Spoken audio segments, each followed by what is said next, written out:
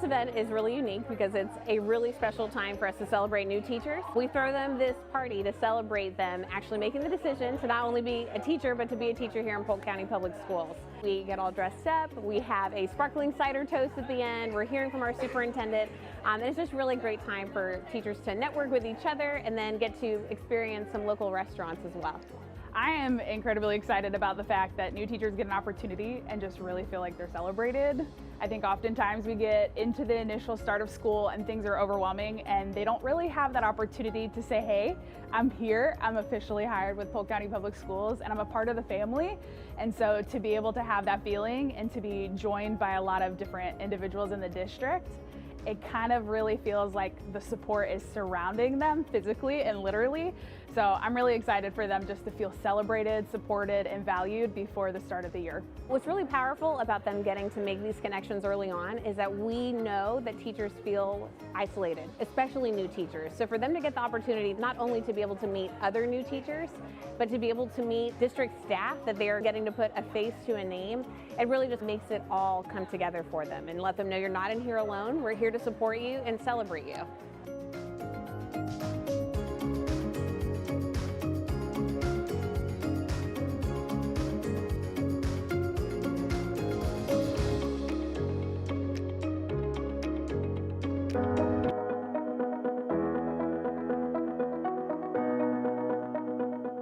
Hello, I'm Fred Hyde, and as a new superintendent at Polk County Public Schools, I am truly excited that our district is creating a new strategic plan to help improve our schools and better support our students, families, and community. I want to thank everyone who was able to attend some recent community forums held throughout Polk County. We had some fantastic conversations together, and I really appreciate that you took the time out of your busy schedules to share your thoughts with me. These forums were only the beginning of how you can help us develop our next strategic plan and to help, more importantly, shape the future of our educational system. A new survey has been launched to get your thoughts on what you believe, what skills, attributes, traits, and characteristics are most important for our graduates. And we truly want to hear from everyone. We want all stakeholders in our community to share their thoughts on how you feel we should be preparing students for success in their lives. You can access the Portrait of a Graduate survey by visiting polkschoolsfl.com. This survey is based upon the framework established by Battelle for Kids, a national non-for-profit organization that collaborates with school systems to improve learning outcomes. The survey contains a list of 30 possible qualities or competencies. The most effective way to fill out this survey is to carefully read all the definitions first. Trust me, each one sounds equally great. What we're asking you to do is to select the 10 most important or valuable competencies for a student to possess upon graduation. If you don't see an important competency on the list, don't worry. You can add up to 2 of your own, but you must provide a detailed definition to accompany those terms or phrases. By completing this survey, you're helping to guide the development of our strategic plan. We will compile this feedback, inform the community of its results, and design our strategic plan's goals to target this vision for our graduates. Also, please encourage others to visit polkschoolsfl.com and fill out this survey. Thank you for helping us take this important step to help transform our schools and better serve our students.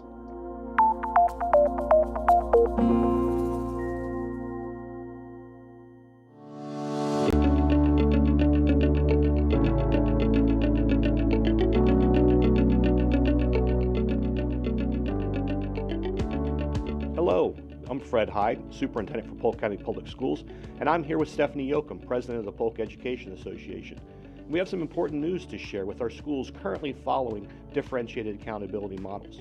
Working together, the Polk Education Association and Polk County Public Schools have reached a mutual agreement that will provide extra support to our turnaround schools while also ensuring that our teachers and paraeducators are fairly compensated for their hard work. This agreement adds extra hours of planning time into your work week, but you will receive payment for those hours at your regular rate of pay. We felt it was important to capture and validate the extra work that is poured into our most fragile schools and the success of those students. I know each of you already have very busy schedules, but these hours of planning will be a crucial way to build upon your school's improvement plan. Ultimately, our goal is to help struggling students reach their fullest potential. You and your administrative team need the time to work together to determine the best strategies to sharpen these students' skills and enhance their knowledge. Under this agreement, lesson plans must be submitted 1 week in advance for your administrator to review. This will help your principals and assistant principals see and understand how your lessons are aligning to our standards-based instruction. 2 days each week, teachers and paraeducators will be scheduled for a mandatory additional hour beyond their assigned duty day to participate in administrator-directed planning. One of these planning sessions is reserved for PLCs, while the other will be for gathering and reviewing student data to increase academic performance. These 2 one-hour planning sessions with your administrators will take place on campus. If you have been directed to isolate or quarantine, you would be permitted to participate remotely. For the remaining 3 days of the work week, classroom and non-classroom teachers will be eligible for a voluntary additional hour of teaching directed planning time. This extra hour does not have to take place on campus. It is meant to help you accomplish your individual work and preparation for instruction daily. These teacher-directed planning periods are totally voluntary and self-directed. If you choose to work these voluntary hours, we expect you will know exactly how to best utilize this time to complete your work or prepare for the upcoming lessons. The 2 mandatory administrator-directed planning days will begin at the start of the second quarter on Monday, October 18th. Again, you will receive payment for these hours at your regular rate of pay. If you have any questions, please do not hesitate to reach out to me or your building PEA representative. PEA and the district are currently working on an FAQ that will be released within the next week to address any additional questions that you may have. Thank you for all that you do to support our students. We know this is a challenging assignment. There's so much additional pressure when your school is identified as under differentiated accountability. But we're committed to giving you the time and the resources that you need to lift our students and help them chart a course to a bright future.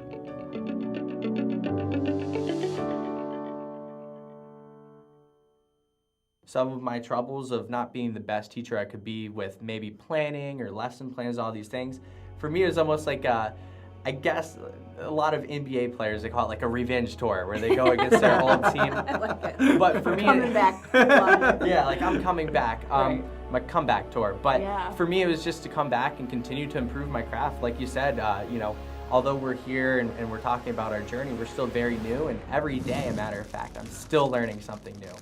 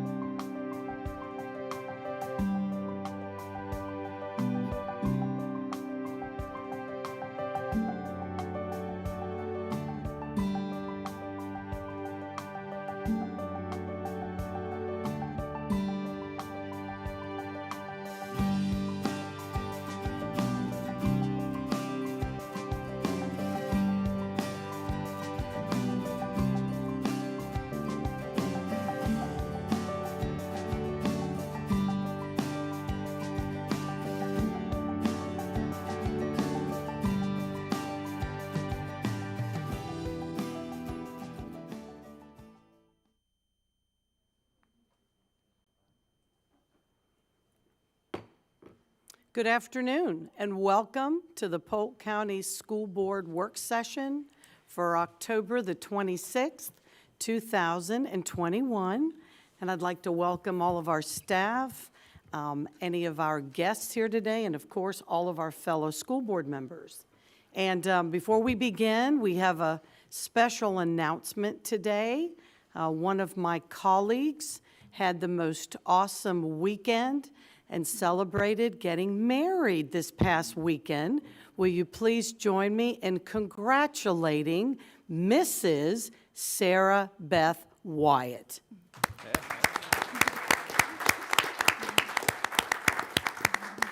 I know that we're also very excited for you, and I understand that she carved out today to be at our school board work session and meeting, and then they're heading out for their honeymoon. So many blessings to you and Wyatt, to you and Derek as you begin your lives together. Thank you.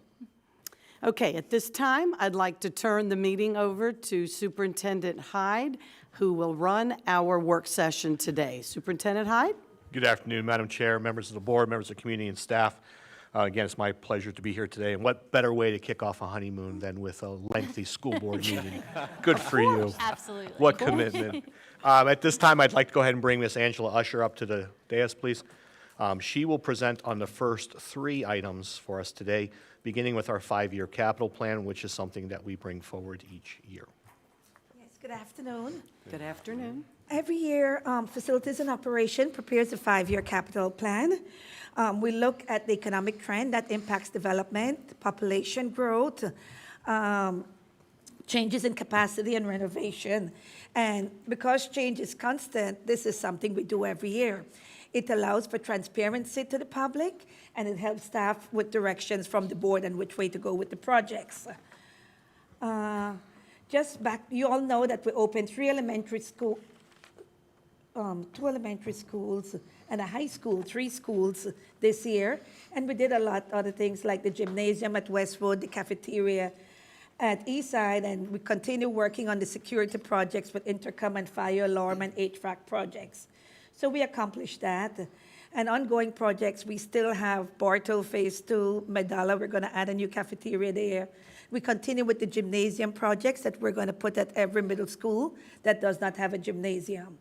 So the projects that will be completed next year, Mulberry High School, Lake Region High School, we're doing the academy there, and the reason why this is taking so long, it switched from construction, the school changed, so they'll put the construction where the Agriculture Academy is, and so now we're building an Agricultural Academy.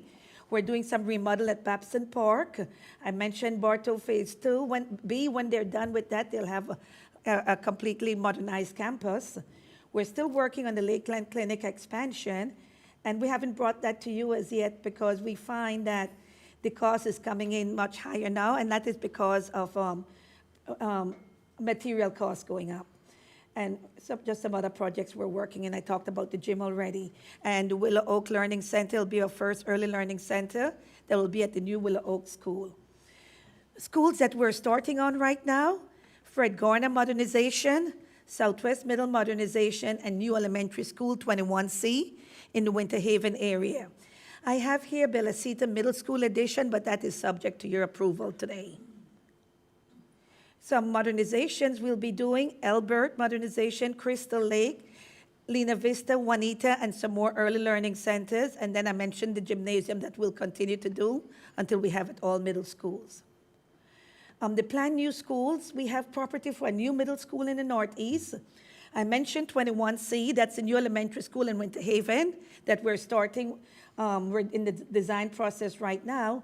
We also have property for a new elementary school up in the Northeast. We're referring to 23D. We do not need that at that time, but next year we'll reevaluate. There's a possible new high school in the Northeast, dependent on how the population changes. This is just a summary of our CIP. I think you all have a copy of that. It was attached to the board report. Some of the funds that we use to fund our capital projects, impact fees, of course, the developers pay this. For every new residential development, they have to pay school impact fee. Sales tax, the voters approved this in 2018. LCI, local capital improvement, this is your $1.5 million. And CONDS, capital outlay and debt service, and this comes from this license plate. So even we don't get all the LCI, we get maybe like 25 to 30 million. The rest goes to transportation and technology and other things. Excuse me, Ms. Usher.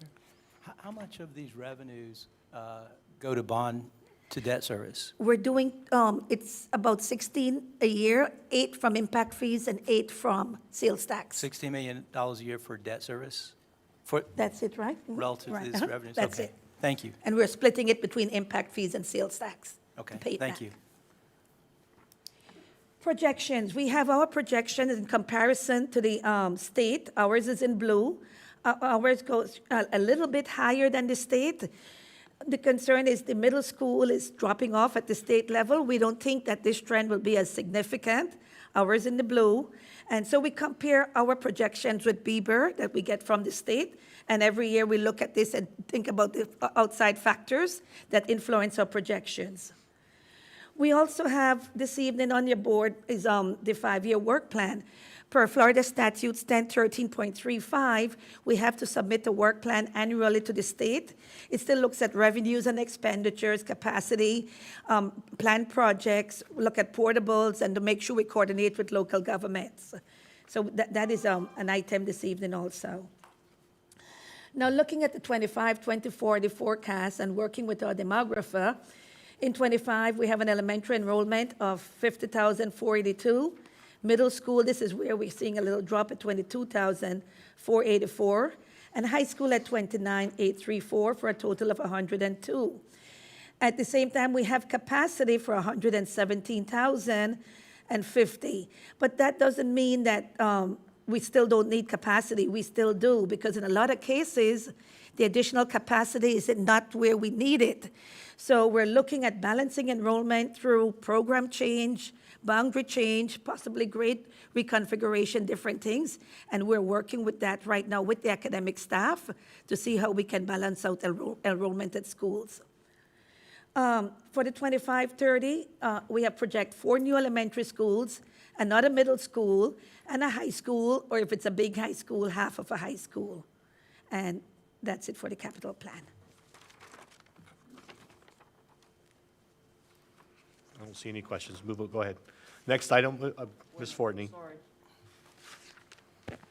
Ms. Usher, we still have a gym for Bartow Middle School? That's and correct, we planning? do. Okay. I We just do wanna have a make- gym plan. All right, good. And any kind of PE covered area? We haven't looked They're- at, you they're mean, if they dying need out an there. additional pavilion? That's what you're referring to? Or, yeah, something. If you've ever been out there all day, those kids are, I mean, it's 100 degrees out there. Okay, we'll look into that. Thank Ms. you. Fortney. Okay, And I want to thank you for the Bartow High School okay. stuff, definitely. And I just want to make one comment. I went to y'all's meeting.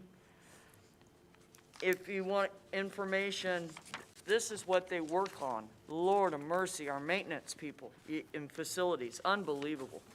Good job. Thank you. Ms. Miller. I enjoy you, Ms. Usher. I'm trying to catch up. I think I can hear slower than you speak. So Oh, okay. I was trying to, but and referring to gymnasiums, also Lake Gibson. That's the next one.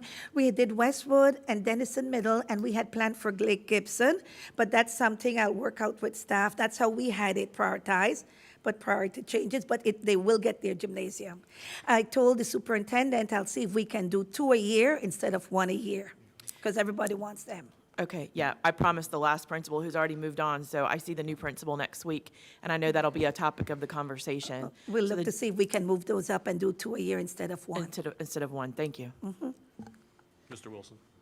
So I'm assuming that 16 million is going to be pretty consistent, roughly, over the next few years.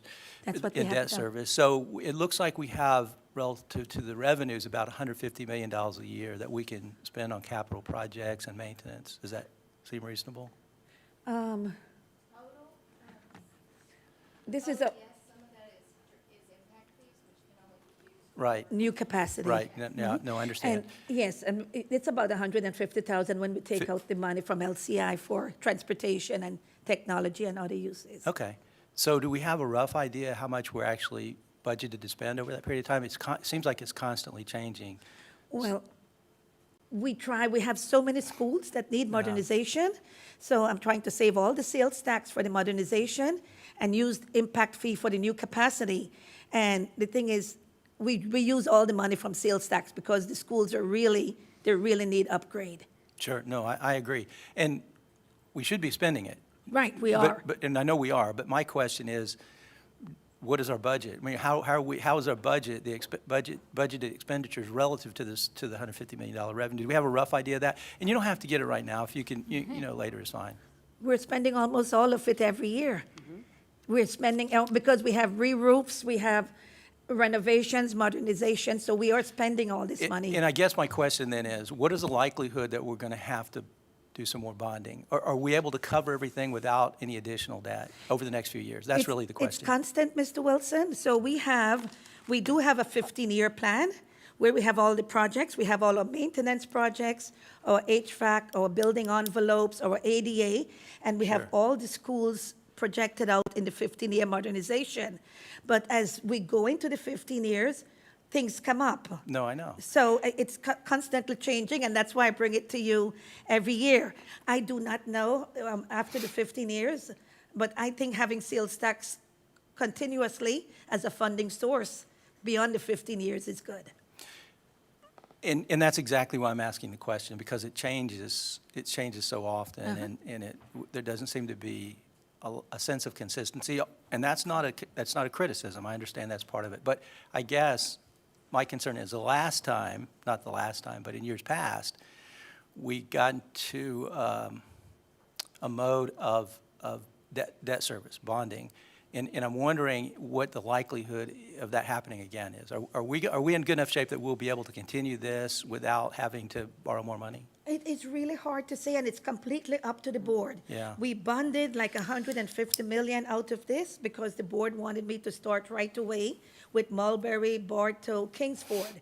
If the board wants me to just wait till the sales tax comes in and do one school at a time, then we don't have to bond. But it all depends on the board and directive from you if we should bond or not. Yeah, that's going to be a future board. That's not this board. So where are we with this board? We're okay. We're not going to see any additional debt service from this board. I Okay. don't think through this Thank time. you. No, definitely not. Ms. Reynolds, Ms. Wyatt. Thank you, Mr. Hyde. I just want to first say thank you for Westwood's Gymnasium. I had the opportunity to tour last Monday, and they are over the moon. And I'm hopeful that we'll be able to have a ribbon cutting for Yes, that that's what they soon and want. invite the community in, because while the school is really excited about it, the community as a whole Right, is yes. just so excited to have The something for the principal kids told in me, and those Mr. areas. Twyford and everybody that they really want to have that. Absolutely. Secondly, do you have a timeline on when they'll be breaking ground for Denison's gymnasium? Well, it will be done by next June. So breaking ground should be the end of this year, early next year. We already have a CM, so that you're thinking about the ceremony there also. Well, thinking more so than anything about that parking lot for football games that's the visitor parking lot, and it's been very full the past few weeks. So just making sure that Right. wasn't going to happen in the next couple weeks and disrupt Okay, because football I games. did hear 'cause somebody ask for a that's groundbreaking important. ceremony. But too. yes, we would love a groundbreaking ceremony for that as All well. right. All about the ceremonies. My last question is, where are we with rezoning all of our schools? I know we had talked a few times about that the seats aren't necessarily where we need them. Right, that's correct. We need to look at rezoning the district as a whole, and where are we in that process? We were going to have a meeting next week, and we postponed that meeting. We were going to call the ABC together and look at the high schools first, and then look at all the starburst areas where the kids are being transported out. But because the information is so complex, we postponed that meeting until November. So November will be our next ABC meeting, and that's just it, to look at balancing enrollment. We also form a committee with the academic staff, and so we can look at programs and choice and see if we have to shift them between schools to provide a better balance. I think that's the important point of clarification, is that when the attendance boundary committee meets, they need to have all of the relevant information. So as we look at our schools and we take into consideration the possibility of rezoning, some schools may expand their current academic footprint to include grade levels they're not currently serving, or to reduce the number of grade levels they currently serve. And so while high schools, it's great to say we're going to have high schools look at just high school zoning, you have to add, there's a layer of complexity there with magnet, academy, choice, and other programmatic issues. Plus, as we look at schools that are, and we have a high school in particular that's largely underutilized for its overall facility. What are the options that we're exploring for that school before we can move on to the next topic? So it is a very comprehensive view, and so, the team has been very dedicated to ensuring that whatever we bring forward, the board will see and the community will see multiple options for each iteration, but it is important for us to address zoning comprehensively. Right now, building schools where we need them is just one part of the solution, but if you looked at available seats, and I think Ms. Usher did a great job in her presentation, that the overall capacity of our schools is overrepresented because we have schools that are underutilized at our core, and where the growth is occurring. Citrus Ridge is a great example, where they were scheduled to open at about 80 some odd % occupancy, and we opened at 110 or 118% and had to put 21 portables there. So there's a reality to rezoning for us as well. So kudos to the team. Angela and her team have been very receptive to looking holistically at zoning and school utilization, and that's why there's a couple other items before you today for discussion. Ms. Reynolds-Wyatt. Sorry. Is it hyphenated, or would you rather, I'm sorry, I want to make sure. Eventually, it'll be just Miss Wyatt. Okay. But we'll get there. Yes, ma'am. I realize it'll be a learning curve for everyone, including myself. But so can we get a list of who's on that committee? Certainly. Updated just currently who's on it? And then also with the ABC, we've talked a lot about concurrency lately. I know they were bringing back the concurrency meetings, but if we could see a list of who is on that team. I know I've had, as far as meeting for concurrency, I know I have a couple elected officials in some of our larger municipalities that are very interested in the topic and would love to get involved in any way that they can. So if we could just see a list of who's in those meetings as well, as they're being scheduled in the future, that would be great. Ms. Cunningham. Thank you, Superintendent Hyde. I just want to piggyback on the comments that Mr. Wilson gave just a few minutes ago. Wow, if you pay attention to the county commission meetings and you see the amount of land development that they're approving for new homes, apartment complexes, and you name it, Polk County is getting ready to explode.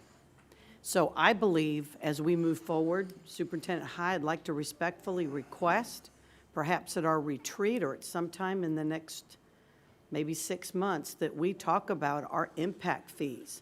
I really believe we're going to need to approach the county if they're wanting to vote to continue to expand and allow this much housing development, particularly, I'm speaking about the east side of the county. Oh, my goodness.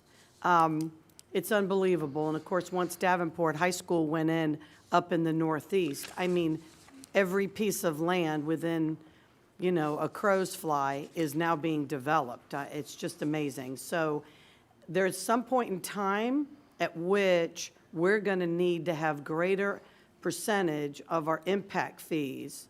Going back to the study that was done several years ago, we only receive a small portion of that, and I know there's a schedule to increase that. But if they're going to go ahead and carte blanche approve every single housing subdivision that comes before them, then goodness gracious, we're going to need money to build schools. And I see what you've put in here, but I'm going to tell you from what I know, talking to developers on the east side of the county, this is a drop in the bucket to the schools and the capacity that we're going to need. So just saying, I think it might be time to schedule something in the near future to have that discussion and say, where are we? Can we, work together and try to bring about some greater finances so that we can meet the needs of the communities as they continue to expand across Polk County? Yes, ma'am. Thank you. Ms. Fields. Going back to Ms. Wyatt's question about concurrency in a committee, we don't have a concurrency committee, do we? I sent the board a summary several weeks ago that outlined that while there has not been an official concurrency meeting, there is a format currently in place. I provided those meeting dates for the board, that is the agreed approach that Ms. Usher has worked with all of our local municipalities to embrace as they meet quite regularly to discuss issues such as concurrency and impact fees and other topics driven by our growth. But if we'd like, again, I was going to bring this back to the board for discussion as to a formalized concurrency process. But right now, there seems to be a process embedded that currently serves that purpose. Ms. Usher, if you want to explain any further, Yes, please do. Mrs. Fields, on Thursday, we have a meeting. We call it the planning committee. Sometimes the city managers are there and the planning directors certainly come. And we discuss issues like growth. They tell us all the approved developments, build-out rate, whatever that is common to the local governments, the county and the school district, we discuss at those meetings. And Thursday is our next meeting with those planning officials from the local government and from the county. And we try to have those at least twice a year. So I would ask, based off of how Ms. Usher's described it, if that serves the purpose for the board. If not, we can ensure that we are bringing additional topics forward for the board to discuss when it comes to, as it relates to concurrency. Ms. Reynolds. I hadn't finished. Why? Sorry, Ms. Fields. Thank you. In the past, years past, we haven't done it in several years. Since We would meet- 2015, correct? Excuse me? Since 2015. Right, we would meet annually with all of the elected officials in the county and hear from the school board staff as well as the county staff. And so we haven't done that. So I think at some point in time, we need to have that discussion on whether or not we want to go back to doing that, at least on an annual basis, so we can hear and discuss issues, as Ms. Cunningham referenced about the impact fees and stuff like that. I know that the staff is having conversation, but I think that it is our duty as elected officials to have those conversations as well. Thank you. Yes, ma'am. Ms. Wyatt. I would agree with Ms. Fields wholeheartedly. I'm extremely concerned that we're only having those meetings twice a year right now, given the amount of growth happening in our area. Twice a year may have been more than sufficient for 2010. We talk to the planners every day. 2015, 16, but I would think they need to be at very least quarterly now, if not almost monthly, just because I've gotten calls, we've spoken recently of municipalities that have called saying, hey, we're waiting on an answer for this, that I think having them more regularly would benefit all of us. But I think making sure that the elected officials from all fronts have the opportunity to be involved, because at the end of the day, we're the ones that get to answer for it. And there's a lot of concerns, I think, in every municipality right now with the number of new housing developments that are coming. And I think at every municipality level, the city commissioners, county commissioners, they want to make sure that their schools and don't, if there's a concurrency issue, they don't want to approve a development, but we have to make sure that we're all on the same page and that there's options. So I think that bringing back those meetings at least annually would be extremely helpful, at least for me as one board member. Dr. Allen. A great conversation. Ms. Usher, thank you so much for the work you're doing here. I mean, obviously, this is just managing the volume of this is incredible. So that's probably why you really think and speak so fast. Looking at that projected enrollment increase, I'm curious, can we see that broken down by spatially? Because, we just have a number, 3,697 projected enrollment, say, for elementary. I would like to, because as we're making those decisions, we're going to approve this elementary school, because we're getting a lot of conversation in the Northeast. It's obvious that we're seeing a lot of growth there, but I'm just curious how that would be broken down as I'm making decisions. Certainly, we have that per grade, per year. Well, per location, so like Right, that 3,600, where is it dispersed? We have that information. Okay. Yep. We can provide that. And so, when I talk about or talk with principals, they're obviously driving around their schools, and I'm definitely hearing some concerns around the downtown Lakeland area, high-density housing. I think the Ledger just had the article on the new apartment complex going there in downtown area. So curious what your thoughts are in that area. Just want to make sure we're not overlooking like that downtown, or even on that southeast side, we're seeing a lot of parks and recs, attention on the southeast corridor in Lakeland itself. Mr. Hyde, if I may, I didn't want to introduce him here, but I have a new senior director, and his expertise is boundary, demography, and concurrency. Harry? He's all the way in the back. So he started already on the boundaries and the rezoning. Good. Hi, Harry. Welcome. Yeah. Mr. Wilson. Thank you, Superintendent Hyde. I want to piggyback on what Ms. Cunningham talked about, talking to the developers. I would offer that they believe we're way out of touch as it relates to forecasting future growth, as well as the county commission. Yes. And I agree with that. I think to not consider that possibility would be unwise. And I think that impact fees could be helpful, but I think far more relevant than that, I think the only way we're going to be able to address this moving forward is to start partnering with the business community.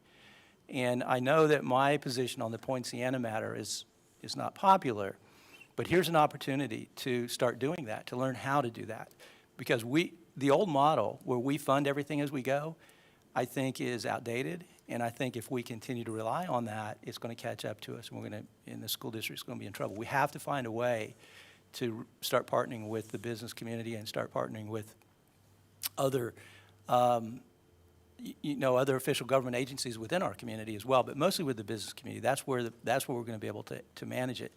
I agree with the impact fees, but I think even that's going to be a drop in the bucket. I really do. No matter what they do, I don't think it's going to be enough to keep up with this growth. So I think, again, I just want to emphasize this.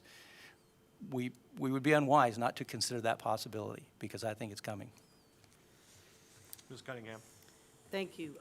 And just to comment on what Ms. Fields mentioned, there were wonderful meetings in the past with the school board, even our legislators, as well as our county commissioners.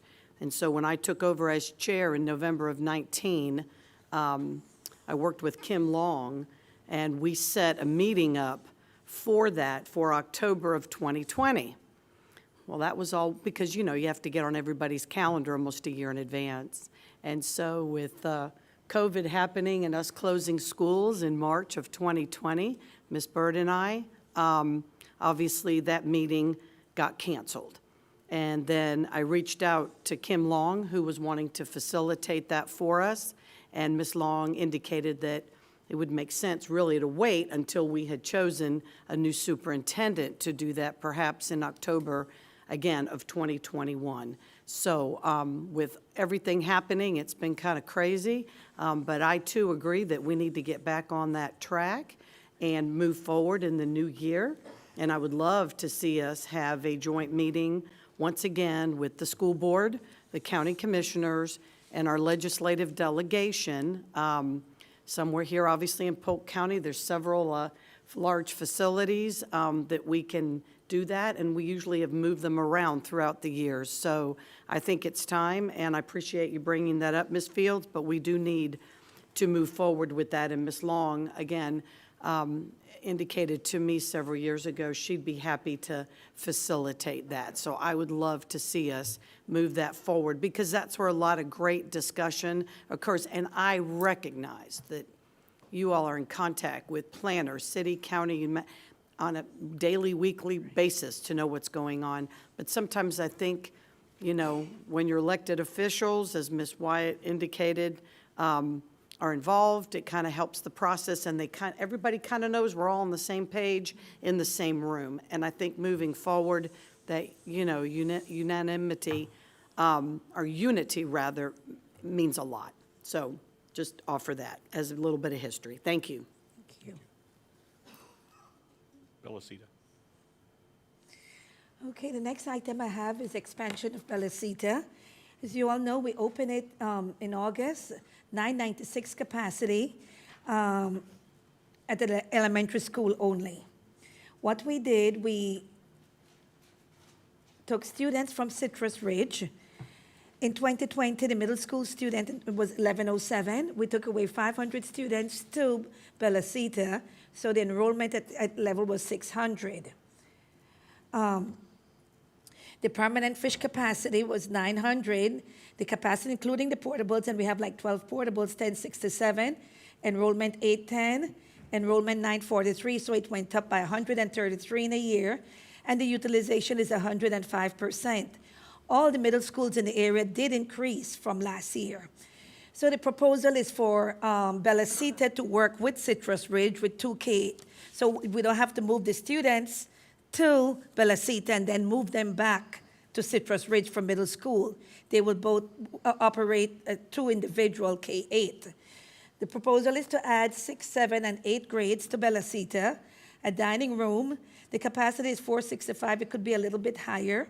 We'll also put a gymnasium, and there'll be a dining room in the 6, 7, and 8 first. So we don't have to have all those lunches, but they'll share the kitchen. The estimated cost is $18 million. We have over $25 million in impact fees right now. So this is something that we can fund today if the board decides to do so. We would put it on this side, so it will access off of Tierra del Sol. This is Bellicita Boulevard. And if the board agrees for me to go ahead with this, there's an action item tonight. Ms. Miller.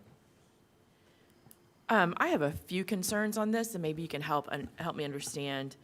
I'm looking at an aerial shot there of Bellicita Elementary. Where would we house like TV production, robotics, all the workforce style things that you would have in a middle school?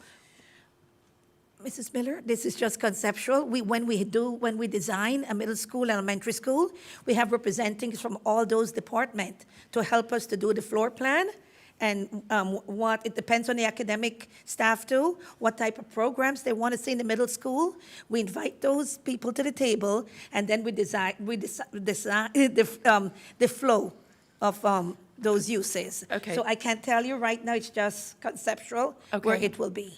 Well, looking at it, it's currently designed, your media center and your athletic fields and your busing for the current usage. Have you looked at moving the elementary students? Have you looked at taking the 630 elementary Citrus Ridge students to Bellicita and then turning Citrus Ridge into the K-8? I mean, into the middle school? This way, both schools would be able to operate fully contained. That did come up in one of our discussions. But that will allow for more middle school capacity. And we do have a middle school site that we have in our capital plan. We're calling it 23AA, that eventually, even though we would do this middle school addition, we would also build that middle school in about a year or 2 years. I'm concerned about the traffic on Bellicita Boulevard is close to Four Corners. Upper School is right there. Is there a reason we have to decide on this tonight? It's because of the need for the capacity, and that's why it's before you.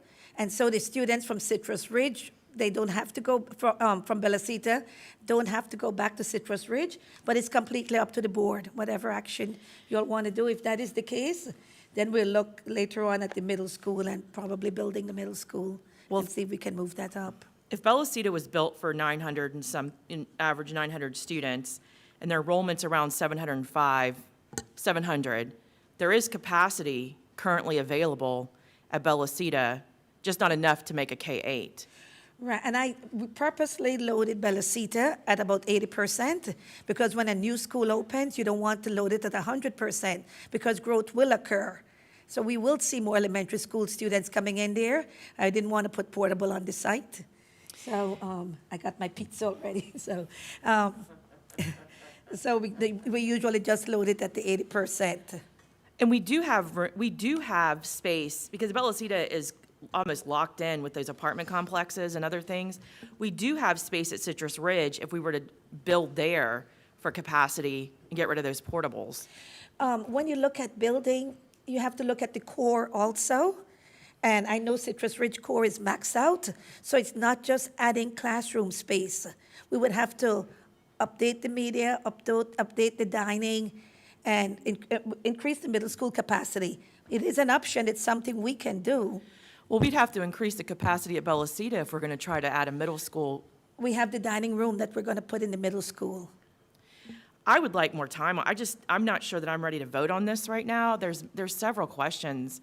I don't know what the urgency is or what the other board members feel like, but trying to plan for what we know is rapid growth, I just want to make sure that we make the best decision financially in that. And I know you work to bring us all that information, and I greatly appreciate that. But I think there's several options we could take here, and I'm a little concerned because looking at this aerial shot of Bellicita, the impact of the proposed changes would be, and the alternative of maybe looking at what Citrus Ridge could do. The back and forth, I understand we're trying to prevent that, but best use of the facilities. I would like more time on this. I'm not ready to vote on this evening. So there's no reason it has to be decided tonight, so we can definitely bring it back. But I am going to speak as far as the benefits of continuity of program and the benefits of neighborhood schools. It was and I mean no offense, but what took place with Citrus Ridge and Bellicita to date, there's no place for that in public education. To take a student, uproot them from an elementary school they've been attending, sending them again to a different elementary school for 1 or 2 years, only to come back to a building because that's the K-8. To build onto Citrus Ridge and make it an even larger K-8 setting is not conducive to what we try and do in public education. We try and create community schools And so if there's enough physical space at Bellicita, it needs to be an honest conversation about expanding that school to a K-8.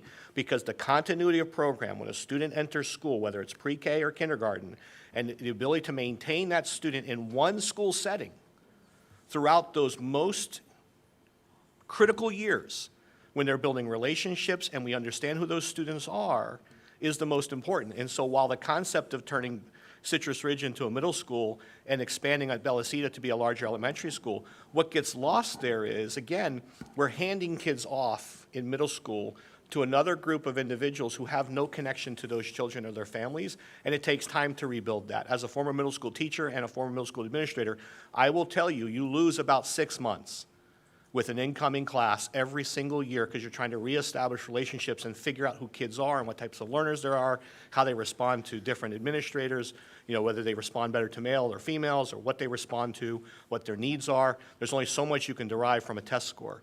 And so I think the opportunity is that we're going to keep bringing ideas like this to you.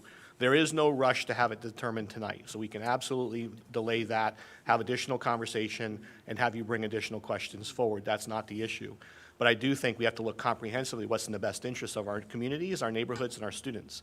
And so I think your questions are valid, but I would say, I would argue against creating Citrus Ridge to be a dedicated middle school or to put another 500 or 600 students on that campus, because to Ms. Usher's point, the cafeteria and everything would have to be completely redone. Are we going to add a second gymnasium? Because the number of sections that students have to have access to those spaces increases significantly as well. So there are opportunities and options for us to explore at both sites. I would just ask the board to really reflect on how big is too big for a school to get, especially during those most crucial years. And that was the whole intention here, was to solidify and minimize movement for students within a community setting. I appreciate that. One thing I want to mention as a board member, bringing things to work session to be voted on that same day just usually isn't preferred because it's not enough time to discuss. I know. Yes, ma'am. And building learning communities is something I've always been a proponent of. I wasn't here when Citrus Ridge debacle happened, and it started from the beginning of just paying outrageous amounts of money for land. And it was unfortunate there was no succession planning, and we just were put in a situation they had to finish a school. So it was no one's fault in particular, besides that we need to plan for succession so we don't have those instances. But I want to make sure these are long-term changes, because I don't want to, if we start building in, we want to make sure there's capacity for all of the programs. So if they come to the table and there's workforce programs or other things that need to be added, we don't tell them, sorry, there's no room, you'll be in a closet for your TV production class or for your robotics. Correct. Like, I want to make sure that it's built. If we're going to do it, it's long-term planning. So that's why I think having a little more time would be helpful. Sure. Thanks. Ms. Fields. Thank you. I would agree with Ms. Miller. I think that more time is needed on this. Based on the, I guess, suggested time for this discussion, it was 5 minutes. And I know that there's no way for us to have a good conversation in 5 minutes. And I agree with Ms. Miller that we should not have an item as important as this on our work session agenda and then expected to vote on it tonight. So thank you, Superintendent Hyde, for saying that you can pull that. I do have a couple of questions, but do you want me to just wait until later since we are? No, this is fine. That way we can prepare, because what we would do is, based off what Ms. Miller said, as far as, options that she would like us to explore, and whatever questions you or other board members have, it'll allow us to bring back a comprehensive response to those in the near future. So please go ahead. Thank you. So Ms. Usher, are there any projects that's going to be delayed if we move forward with this middle school addition? Mrs. Fields, we have impact fee money right now, so, and we don't have any other capacity project beside 21C, and that's already funded with impact fees. So no projects will be impacted? No project will be delayed. We have the money for this. Okay, and then another question that I have is Bellicita 100% completed since this is a new school and it just opened in August? It is completed. Okay, and then the capacity of the acreage of the Bellicita is is sufficient for the middle school addition because that school was built for an elementary school? Right, it's about 25 acres. We bought a little extra when we bought that, so. And the good thing about Bellicita, we don't have to drain because it's in a development or drainage goes into the overall community drainage system. So usually we buy bigger property when we have to do on-site retention, but we have this property, so it's more net land that we can use. Okay, and I think the last question that I have is, have we had any conversations with the community, with the staff, with the parents on the idea of this school being converted from an elementary to a middle school? I didn't want to do that until I get direction from you, but I think the principal knows about the idea. I talked to the regional superintendent at both levels, elementary and middle school, Mrs. Collins and Mr. Duncan. Well, I would think, Superintendent Hyde, that if we're going to proceed with this, we would need to get input from the community. Yes, ma'am, because both this topic and the subsequent topic involving Alturas Elementary School will involve community meetings. So once we are given at least tentative approval to begin having those conversations, we would go forth. So Ms. Usher is here, and I will tell you that's probably one of the reasons why Bellicita was included in tonight's vote, was we do need to move forward with Alturas because Ms. Usher needs to have an appropriate timeline, as does Mr. Green, myself, and others who will have to go into that community to have these meetings to reassure families and outline for them what the plan looks like in a timeline. So that's really what we're looking for, is at least some tacit or tentative approval to move the topics forward. We will absolutely bring Bellicita back for additional board discussion. We don't need to approve that tonight. But yes, ma'am, our plan incorporates involving the community for the second half of the school year in a discussion as we look to phase these types of things into the school district. Thank you. Yes, ma'am. Oh, sorry, Ms. Cunningham. Thank you. I too agree with my colleagues that in a perfect world, it would be great to bring these to one work session and then wait 2 weeks and vote on it at the next board meeting. However, in this case, I don't agree about pulling it for tonight's meeting. I feel like we have enough information, at least some of us. I support this wholeheartedly, knowing the area and knowing the incredible need that we have for these schools.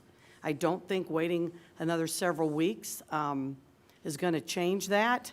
And I feel that the quicker we can get moving on this, the quicker we can start development and building to be able to put kids in classrooms.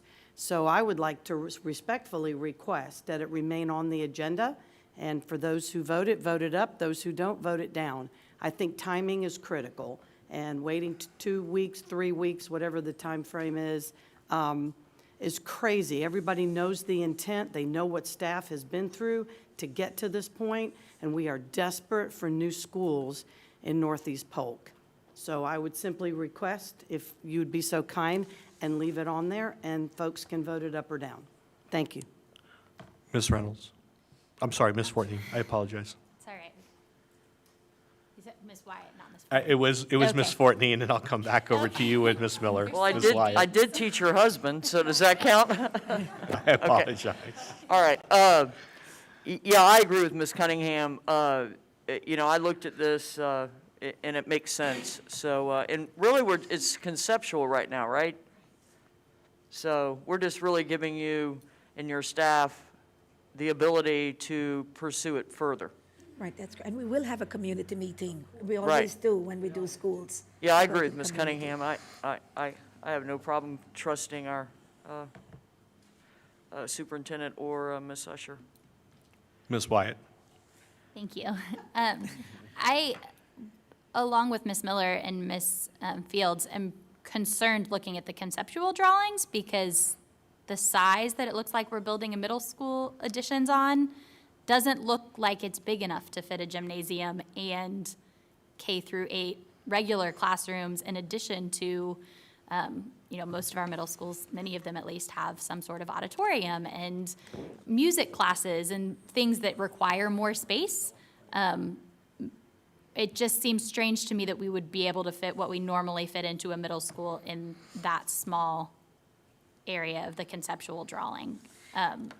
I think I need more information to feel comfortable approving it. Specifically, where is the gymnasium going? Where is this a 4-story building? Is that how we're able to do it? I just don't feel comfortable that all that needs to fit into it to make it a functional middle school built to Polk County standards is going to be able to fit in that space. Yes, ma'am. Ms. Miller. Thank you. I am all for meeting more often. I think since I've joined the board, I've made that statement that we probably don't meet often enough. So if this needs to be a separate work session, I'm more than willing to come back and meet again. Our constituents want us to vet everything, and it's not a distrust or a personal, this is a business, a $2 billion industry. So having a work session to discuss something of this nature that will cost this kind of money, I'm more than willing to come for an additional session if you think we need to do it quickly. But I do think that we just need to, a 5-minute work session topic probably is not sufficient to be able to explain it. Not that you don't have the answers, we just haven't had the time to review it. Dr. Allen and then Ms. Fields. Sure. Just a couple questions. I'm curious of what the capacity of Bellicita is. 996. 996. So we're actually adding only half that capacity for 3 grades, is that And correct? that's usually the case. The Yeah, middle school okay. is 1/3 of the school, usually. Okay. And the thing is, the architect did give me different options, and I did not include it because I know the board never goes into design of the space. I work with the specific, I work with Dan Talbot on the gymnasium, with Beth Cummings on the art room. I don't bring the floor plans here.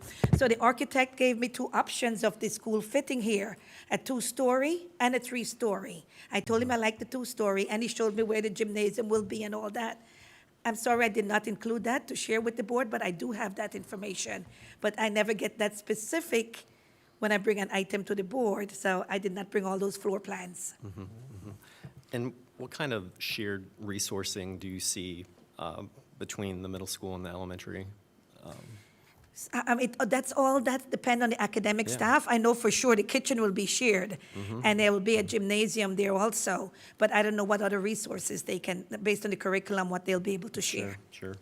I appreciate the vision for a K-8 model. I mean, I think that's beneficial to parents, so I would definitely be in favor of, taking this the next step, so. Ms. Fields. Ms. Fortney had a question about what we were actually given permission to do. And Ms. Fortney, if you look at the agenda for tonight's board meeting, the motion is to approve the addition of the middle school to Bellicita Elementary. It's not to have conversation further, but it is to actually say that we will proceed with that. I just wanted to make sure that you understood that. Okay, thank you. But it's still, what we're looking at right now is conceptual, correct? Because Right, this will get into much more detail. It's just more the concept if the board liked I might having have a misspoke. K-8 Thank you, Ms. Fields. at Bellicita. It's not all the detail, because we never bring that.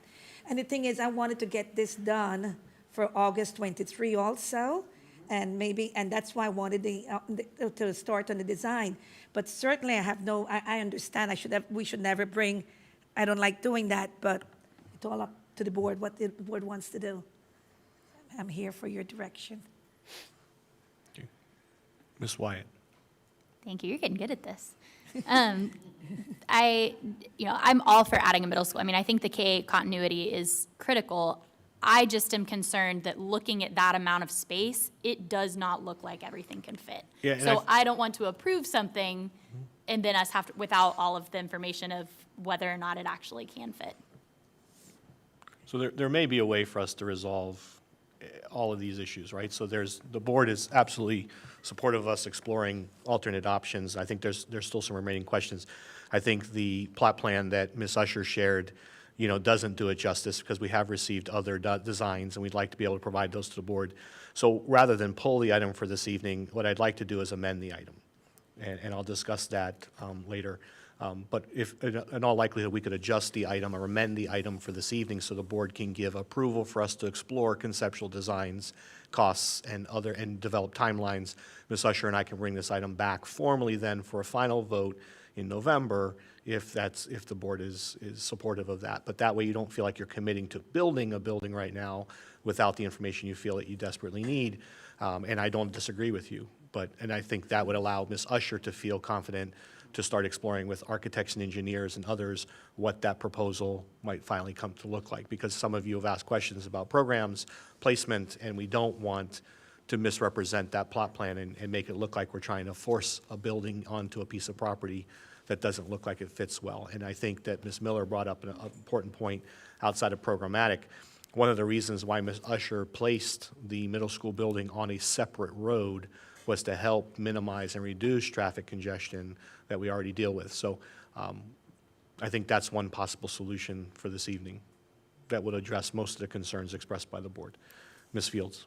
I guess my question, Superintendent Hyde, is what would be the difference between putting a motion up for tonight references other than us just coming to consensus that we can allow Ms. Usher to proceed and gather the information and then come back for us to vote on it, even if it's a special call meeting, as Ms.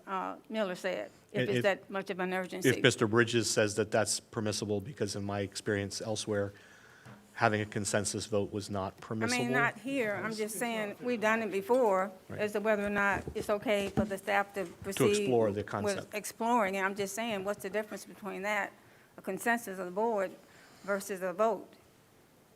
That's my question. I'd be satisfied with consensus for us to move forward. Mr. Wilson. I would feel more comfortable with that approach, a consensus to move forward, to bring back more information and have more discussion about it. So the consensus vote being unfamiliar to me, how is a consensus, it's not a vote, excuse me, how do we arrive at a consensus amongst board members? We can poll the board, we're all present right now, and ask for consensus to give Ms. Usher and our staff and you permission to move forward investigating the options of how to build and exactly what to build onto the Bellicita campus. Okay. And if we give you that consensus, you can move forward, and if you need to bring us an exact plan, or I don't know to what detail, normally at this level, we don't bring that much detail. This is how it's always been done. Conceptual. So we're setting precedents now to change, in her defense, the way we've done it. We've never given everybody the exact plan, the exact architect, the exact anything. This is coming to us supposedly this evening to say we are in favor of adding a middle school to the site, and we're asking staff to move forward with that. So I'll do it however you want. If everybody's comfortable with consensus, that's setting a new precedence moving forward, and then we would anticipate a vote in the next meeting or two whenever you have November. finalized plans. Is that correct, Ms. Usher? Yes, ma'am. Ms. That would be correct. Is that correct? Okay, so, yes, Mr. Wilson? Well, in all fairness, I think we have had more discussion than this in the past before voting on it. So I think that's the difference. Okay. All right, so can we move forward on this item? Can I ask all those in favor, through consensus, just by raising your hand, to allow Superintendent Hyde, Ms. Usher, and staff to move forward in getting more information, plans, and so forth to present to us, to adding a middle school on the campus of Bellicita Elementary? If you'd raise your hand. 2, 3, 4. You have our unanimous consent. Yes, ma'am. Thank you. Thank you. Ms. Fields, I saw your hand go up a moment ago. Are you? I was pretty much going to say what Mr. Wilson said. Okay. Thank you. Thank you, ma'am. All right, next item, termination of the school use for Alturas Elementary School. Okay, the next item, Alturas Elementary School. This school was built in 1947. It's on a small campus. It's really small.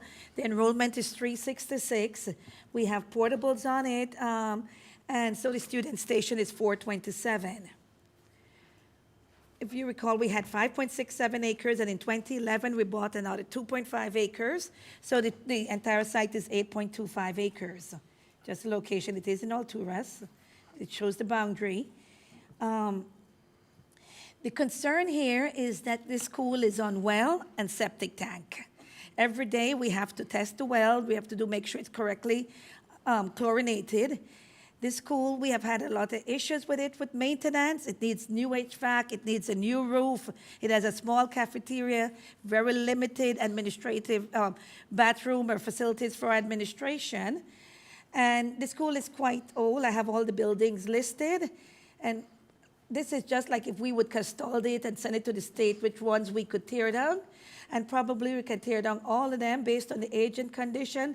Possibly we could keep the library at 1974, but I mean, if we want to keep that, but otherwise the only other building is the covered play that was built in 2008 and a storage that was built in 1983. This is just a fish drawing showing the campus and the layout. And as I mentioned, we don't have any public utilities, 2 wells that supply potable water, 1 septic tank, 1 lift station. We have no fire hydrant, so we'll have to use the well in any case of emergency. In comparison to Cleveland Court, the same similar size, we paid $40,000 in maintenance costs at Cleveland Court, and Alturas is $110,000. I already went over the enrollment here, but we're building a new elementary school, and you will have approved this. We refer to it as 21C. It's located on County Road 653 and Old Lake Wales Road at a capacity of 966. We would relieve Chaina Lakes, take the students from Alturas, and we would still have some capacity for growth. So Chaina Lakes would then be at 82%. And based on Fish Plus the portables, it'll be at 69, but I don't know if we'll keep the portables there if we relieve it to 21C. So we have enough space in this new elementary school to accommodate Alturas. What we can do with the site, there are different options. We can land bank the site until there are utilities there, and we can build another school at that time. Or if we want to keep the library, we can allow a community use to use the $15,000 on a temporary basis under an agreement until we build the school. I'm not asking for approval here. I'm just asking for concept approval so then I could go out to the community and address this with the community. I'll bring back their input to a workshop, and then I'll schedule it for board action if needed. That's it. Ms. Miller. I think it's a great idea that you just mentioned somehow leaving something available for that community that's walkable or can easily access. So when you bring that back, like how the liability of leaving that one particular building and who would be responsible for facilitating the needs of that, I think would be something to look at. Anything we can do to help alleviate students maybe in that area who cannot access library, that's a pretty rural area. Anything that we could do to leave a resource, we should look at, of course, if it's cost effective, but I would like to see what we could do for that. We've been approached by one of our community partners as I go out and meet many of our stakeholders and stakeholder groups. There are after-school providers that would love to be able to expand their footprint and offer after-school programs. They would actually transport students to that site if that's an option. There's also opportunities for a location like this to become a mixed-use environment where you could do something with early childhood, you could do something with after-school care, you could also provide it as an adult learning center to a certain extent. So I think what we would bring back are proposals for how that site could best be utilized considering its current issues. For us in particular, we explored the fact that to run drainage and plumbing and all that to connect to proper sewage and sewer lines is not cost effective. It would actually probably be cheaper to build a new school elsewhere. So considering their low enrollment and proximity to that new elementary school, I thought Ms. Usher and the team before me had put forth a great deal of effort and thought into this process. But we would not want to see that building sit underutilized. I think there's a lot of opportunity there to partner with various entities that would love to push services into that area of our community. And you're absolutely right. I think the community deserves to be able to embrace that school as something that's been there for a long period of time that they've come to know and actually cherish as part of their culture and history there in the community. So very valid point, one that we're already exploring. I think it would be ideal to find one of those public-private partnerships who may even invest just in that one part of the building. Mm-hmm. I think that's a great opportunity, like Mr. Wilson had noted earlier, to start looking at those kinds of relationships. But thank you, that's a great idea. Ms. Wyatt and then Ms. Fields. As far as the Alturas zone, it looks like part of that zone goes pretty far south. Have we looked at all at the bus times, and does it make sense to zone all of those students to the new 21C? Would any of them get zoned to other schools that may be closer than 21C? I know I did look at that and the surrounding schools. I think 21C would be the best bet because then we get down into Frostproof and all those schools down there.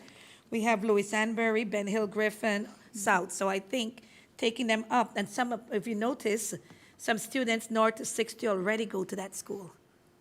Right, I'm just, is that the best based on availability of seats, or is that the best for the students to be on a bus that long? I think for accessibility is the best, but then again, when we do the boundaries, you all will see that also, and we'll come up with the best scenario, because we work with the transportation department then. And So this is- if you agree with this concept and you all decide to tear down Alturas, we will have to do a boundary for 21C, and that will come back to you. And this is the second time tonight, or this afternoon, that a similar question's come up. So what we'll do is I'll work with the team, and we'll actually put a heat map on here to show you where the student density is. Because showing you the geographic boundaries is one thing, but showing you dots or a heat map that basically would show you where the greatest population of students reside, I think what we'll find is most of them are probably in that north section, with a few on the outskirts. And to your point, it may be something that we either plan to zone differently in the southern portion of that boundary, or an option we provide families based off of what the commute times might be. But that's really where Rob Davis comes in, because as Ms. Usher said, she's looking for approval to move forward conceptually, and then she can start to engage Mr. Davis and all those others to start planning for this. But I'll work with the team to start overlaying where the student density is on some of these, because this is the same thing that you asked for earlier, Dr. Allen, which is how do we tell where the kids are actually at and how that would impact. So to your point about growth, to your point about students within this zone, we'll start to make that shift now. So we put a heat map on there so you can see where the students are. Thank you. You're welcome. Ms. Fields. Thank you. I just wanted to reiterate the importance of the community meetings and to look at how we handled the closing of Gibbon Street a few years ago, and some of the things that worked well, in definitely making sure that the staff, the parents, and the community is very much involved. Yes, ma'am. I've been to Alturas before. It's a very nice, quaint school, and very much loved by its community. And we want to make sure that they know that we respect that, and we want to do the best that we can for the students and the staff and the community. And that's a very valid point, and that's why Mr. Geary, Mr. Duncan, and others have been directly involved with this conversation to make sure that building leadership was looped in and informed, and that they had all the details about today's conversation, so that if staff hear about this, they come forward, we're able to address those. Mr. Geary has worked with the team, and there's actually messaging that will go out to families tonight saying, families, this was discussed today, there's no vote, there's no official change, but this is what's being discussed, and this is why. And so I was able to look at the draft of those messages that will go out tonight, and was very pleased with what I saw. So we are very, very considerate of the community. Having been through this myself in multiple locations, I understand how that impacts the community and what the perception can be when people feel like they're losing something that's always been there. So I think that's why we have talked since the beginning of this concept that we need to repurpose that facility for something else that the community will find value in. So I think those are great opportunities for us as well. So we don't have a building sitting empty or feel the need to have to bulldoze it. So shared usage makes a great deal of sense. Correct. Thank you. Dr. Allen. Thank you, Superintendent. Yeah, and I just want to, I appreciate the empathy on this conversation, Ms. Fields. This is a dear community to me. I remember growing up, passing through Alturas, going out to Lake Buffum, where a lot of my family has some property out that way and so forth. So I just want to make sure that we're keeping that conversation consistent. And I was thinking earlier today about maybe a family that, they're walking their child to this school, right? This is a big transition. So I'm eager to hear how our community will respond to the messaging. I was curious as well, would like to see, I think the comparison model is good, but I would like to see, what was the logic in selecting that one school, so Cleveland Court, for example, maybe seeing like an average of elementary work orders, because, obviously, if I look at Alturas, like, whoa, the cost of that work order, per is well over double the cost at Cleveland Court. But with Cleveland Court is that, why do we target that particular school rather than, say, an average of elementary schools of like size? And, I think the under-enrollment, I'm curious, has that enrollment stayed steady over the certain, 3 to 5 years? Have we seen a decline in enrollment there? Because I think under-enrolled is not a bad thing, because I think, we value small class sizes, for example. So just because something's under-enrolled doesn't mean that's, the rationale to dismember the school in some way, So just a couple thoughts. I don't know if you can answer those questions why we chose. The enrollment has school. been constant. We didn't see a big change there. So that wasn't the issue. And the reason I just asked staff to give me comparison with another school, same, the square footage. I could have done all of them, but I just wanted a comparison because I know it's not just the maintenance costs, it's it not having proper utilities. It's on every day we have to pay, we have to test the water every day to make sure it's potable. And just all that we have to do. The dining room is small, we really have to redo the roof. And I don't want to get into all the detail with the roof, but it's almost like rebuilding the school there on well and septic if we decide to keep it. Sure. And what's the distance from Alturas to the southeast? I told you. It's about 7 miles. 7 miles. It's just north to 60. Mr. Hyde said you'll ask that question. Good. Seeing no further questions, thank you, Ms. Usher. Thank you. I appreciate you.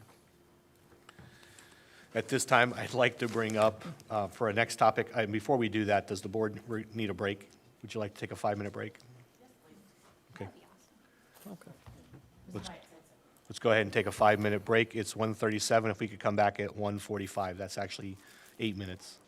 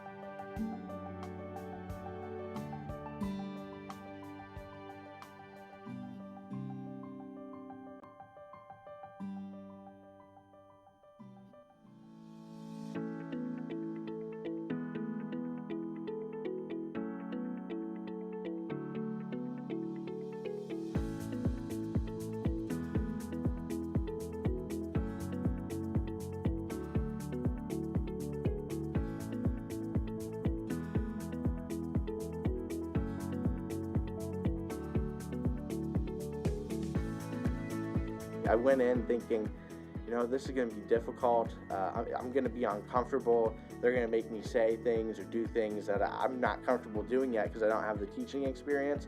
When in reality, it was laid back but productive because we were still able to have some of these difficult conversations and difficult techniques that might be hard when you're a first-year teacher, but in a productive manner where it wasn't intimidating at all. In fact, it was rewarding. That name speaks for itself. All teachers, whether you are a new teacher, whether you are a second career professional, whether you are a veteran teacher, whether you are a teacher just somewhere in the middle, whether you teach athletics, whether you teach physics, this is where you will get that understanding of how to directly impact student achievement. And that is so important, and it is so worth your time. Through Extending Excellence, I was energized with the new strategies and things I was learning with the different programs we were implementing. Catherine, one of my mentees, showed me different technologies she was using in her classroom, and I was able to share some of the different strategies I've used over the years that have worked. And with that, you're building that bridge from one generation of teachers to the next generation of teachers, and that's so important because we can learn so much from each other. Because in your first few years of teaching, I mean, it's super overwhelming. Sometimes you feel like you're drowning. So to have someone that's there for you, especially not at your school, I really like the idea of being able to collaborate with, since Polk County is so spread out, collaborating with people that have different ideas, different backgrounds, different demographics at their school to collaborate with and bring to the table. Just having somebody there to say, hey, I was there, I'm here for you, anything you need, and not feeling so nervous, because sometimes when you go, going to admin is kind of scary sometimes, especially when you're brand new to the school. So having somebody that I felt was more on my level that I could talk to, so I wanted to make sure I was also that for other people. The biggest impact for me was to see teachers week by week gain that confidence in their classroom and taking that criticism and just really turning it to something beautiful, and then turning it around and taking those risks in their classroom with their students.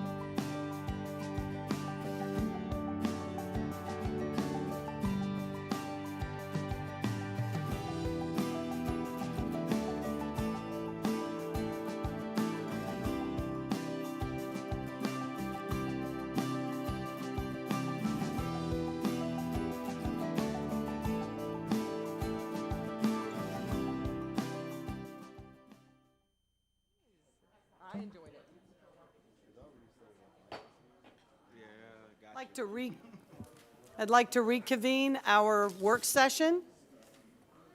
If everyone could take their seats, please.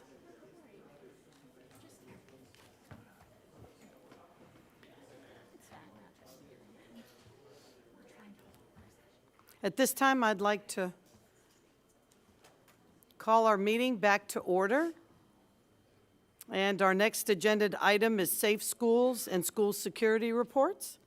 And I'd like to ask Captain Jill Seymour if you'd like to move us forward. or her representative? I think he was first up. You want Okay. him to go? Yeah, on the slide. Sure. If you'd like to start, sir, go ahead. It's not up there. Yeah, I'll go ahead and start. Thank you. I really don't have any slides. The information contained in the district best practices assessment and the school security risk assessment is confidential and not open to public record, but I will give you a brief summary of both of those reports as required by state statute. So the objective of the district best practices assessment is to demonstrate to the board that a school security risk assessment was completed at each school campus by October 1st, 2021, which is a statutory requirement. The summary, my summary will address the efforts of Polk County Public Schools as it relates to compliance with the Marjory Stoneman Douglas Public Safety High School Act, its commission and best practices related to school safety and security. Furthermore, my summary will identify strategies and activities that we took place to assure that we are improving school safety and security and progressing in that area. Some of the positive school measures that we had in place during the school security risk assessments were that we had a safe school officer at every campus. We had fencing of our perimeter and exclusionary zones at each campus. We've conducted emergency drills as required by state statute. We promoted the Fortify Florida app as required by state statute. We've had the panic alert system implemented, the Alyssa's alert, which is also another statutory requirement. Our behavioral threat assessment procedure was audited by the state and found to be in compliance. And our mass emergency communication notification system upgrade is ongoing at each school campus.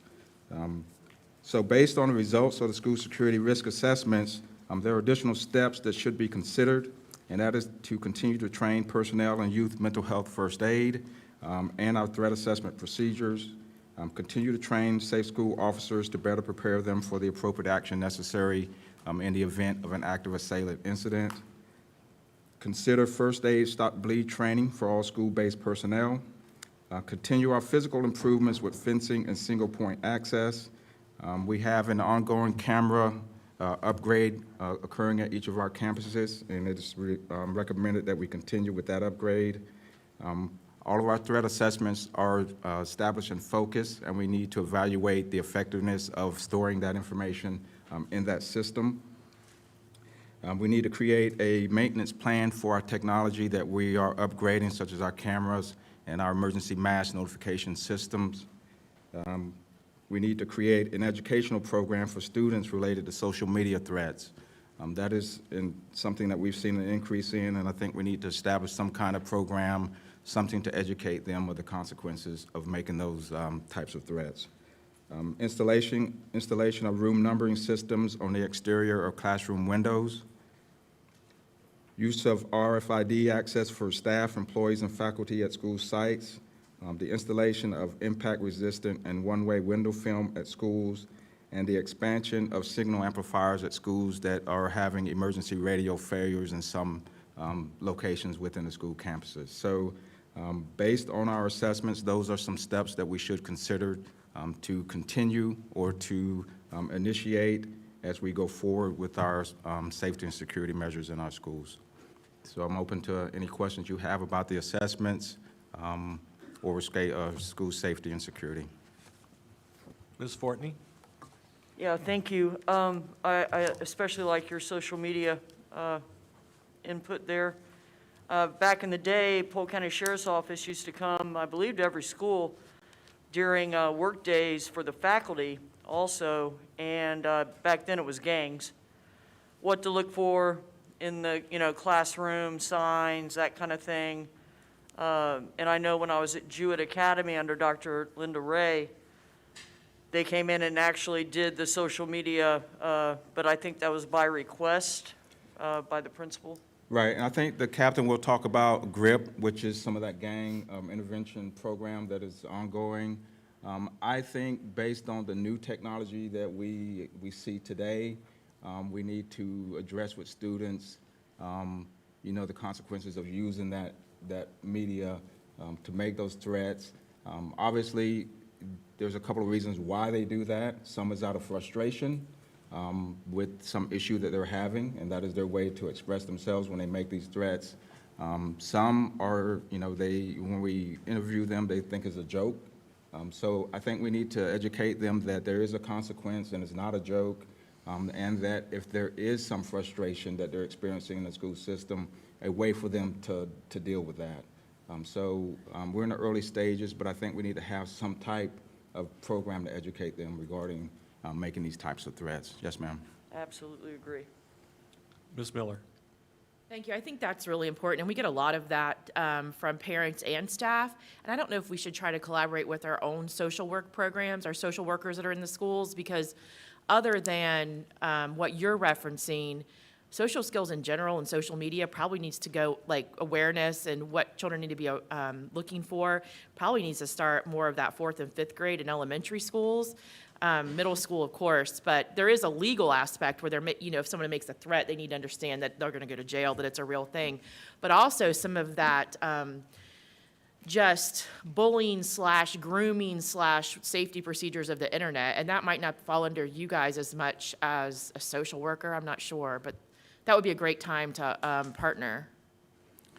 I agree, and I think I work closely with Student Services and that group, so I agree because they evaluate a lot of the threats through the threat assessment process, and they have determined, a lot of it is, those types of things that we've talked about, frustration, not realizing what they're saying, especially, that younger group. They don't understand really what they're saying if they're elementary age, but I agree, and we'll look into that. Thank you.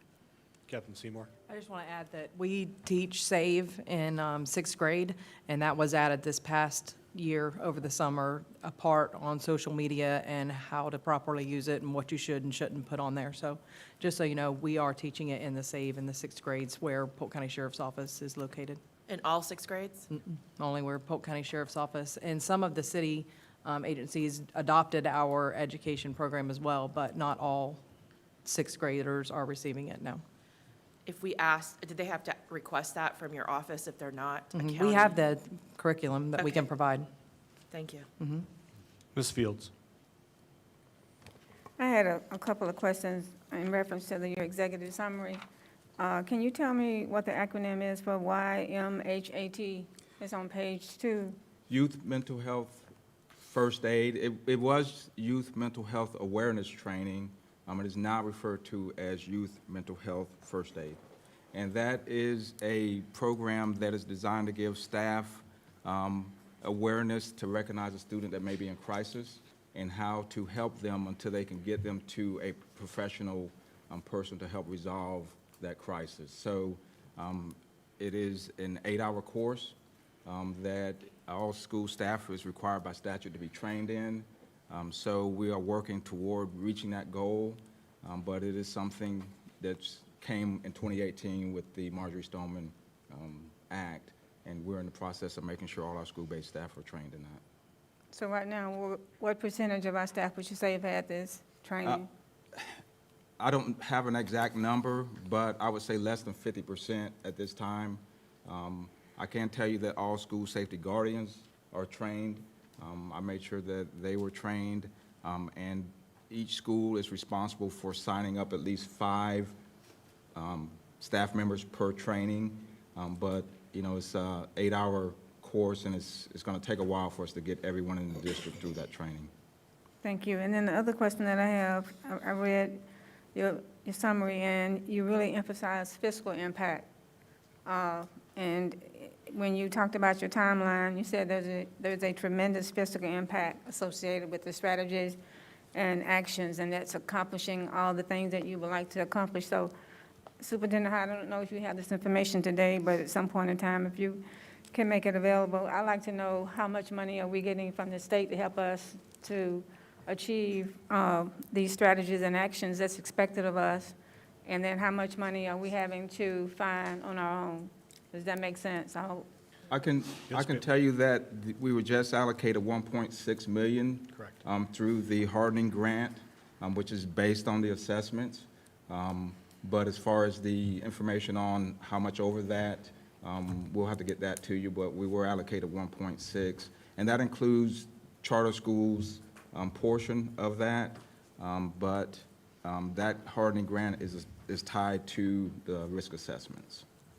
And the reason why thank you, the reason why I'm asking is because, you know, these are mandates that come from the state, and some of those mandates don't bring money along with it, but we still are required to do it, so. That is correct. So I'll work with Ms. Jenkins and Mr. Pitts and the team to identify anything related to school safety and security for the past few years that we've invested in, what percentage of that was picked up by state or federal funds, and what percentage of that was picked up by local effort. So we'll break that out for you. Thank you. Yes, ma'am. Dr. Allen. Mr. Wiggins, thank you for the information. Captain Seymour, Mr. Davis, appreciate your work on this. Man, that is a lot of data. That was 200-plus pages of data, and I don't know the aggregate report, if that's something we can talk about or not. The information contained in the assessments is confidential, so it's part of our safety plan, and it's not normally discussed at an open meeting. Yep. Will do. I appreciate a lot of good quantitative data, but I thought the qualitative stories in regards to the at-risk youth intervention stories, those were pretty moving. So, and that, I think that was in. I think that'll be in Captain Seymour's annual report. Ah, yes. So it's coming. Okay, good deal. All right, thank you. Captain Seymour. Hello, as you all know, I'm Captain Seymour with Polk County Sheriff's Office. I'm the Director of Safe Schools, and I'm here to talk about our major accomplishments and programs with the Office of Safe Schools over the 2021 school year.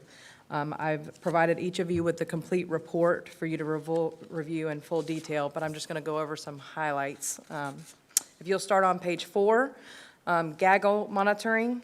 This is designed to monitor school-based drives, files, and documents that are accessible by students in an effort to detect early safety concerns. During the school year, we responded to 149 Gaggle reports.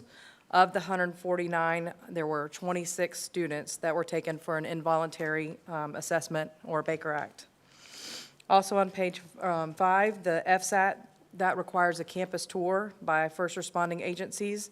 Office of Safe Schools provided all of the schools with a list of first responders for law enforcement and fire for them to contact to schedule their campus tour.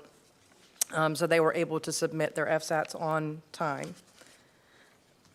On page 6, athletics, I meet with the county athletic director every year, and we go over the minimum mandatory required for football games, and we base it on prior attendance and, you know, the matchup and things like that. So we provide that to the high schools of how many law enforcement they should have as a minimum going into their future school year. On page 7, the Office of Safe Schools, we go out and conduct unannounced lockdown drills.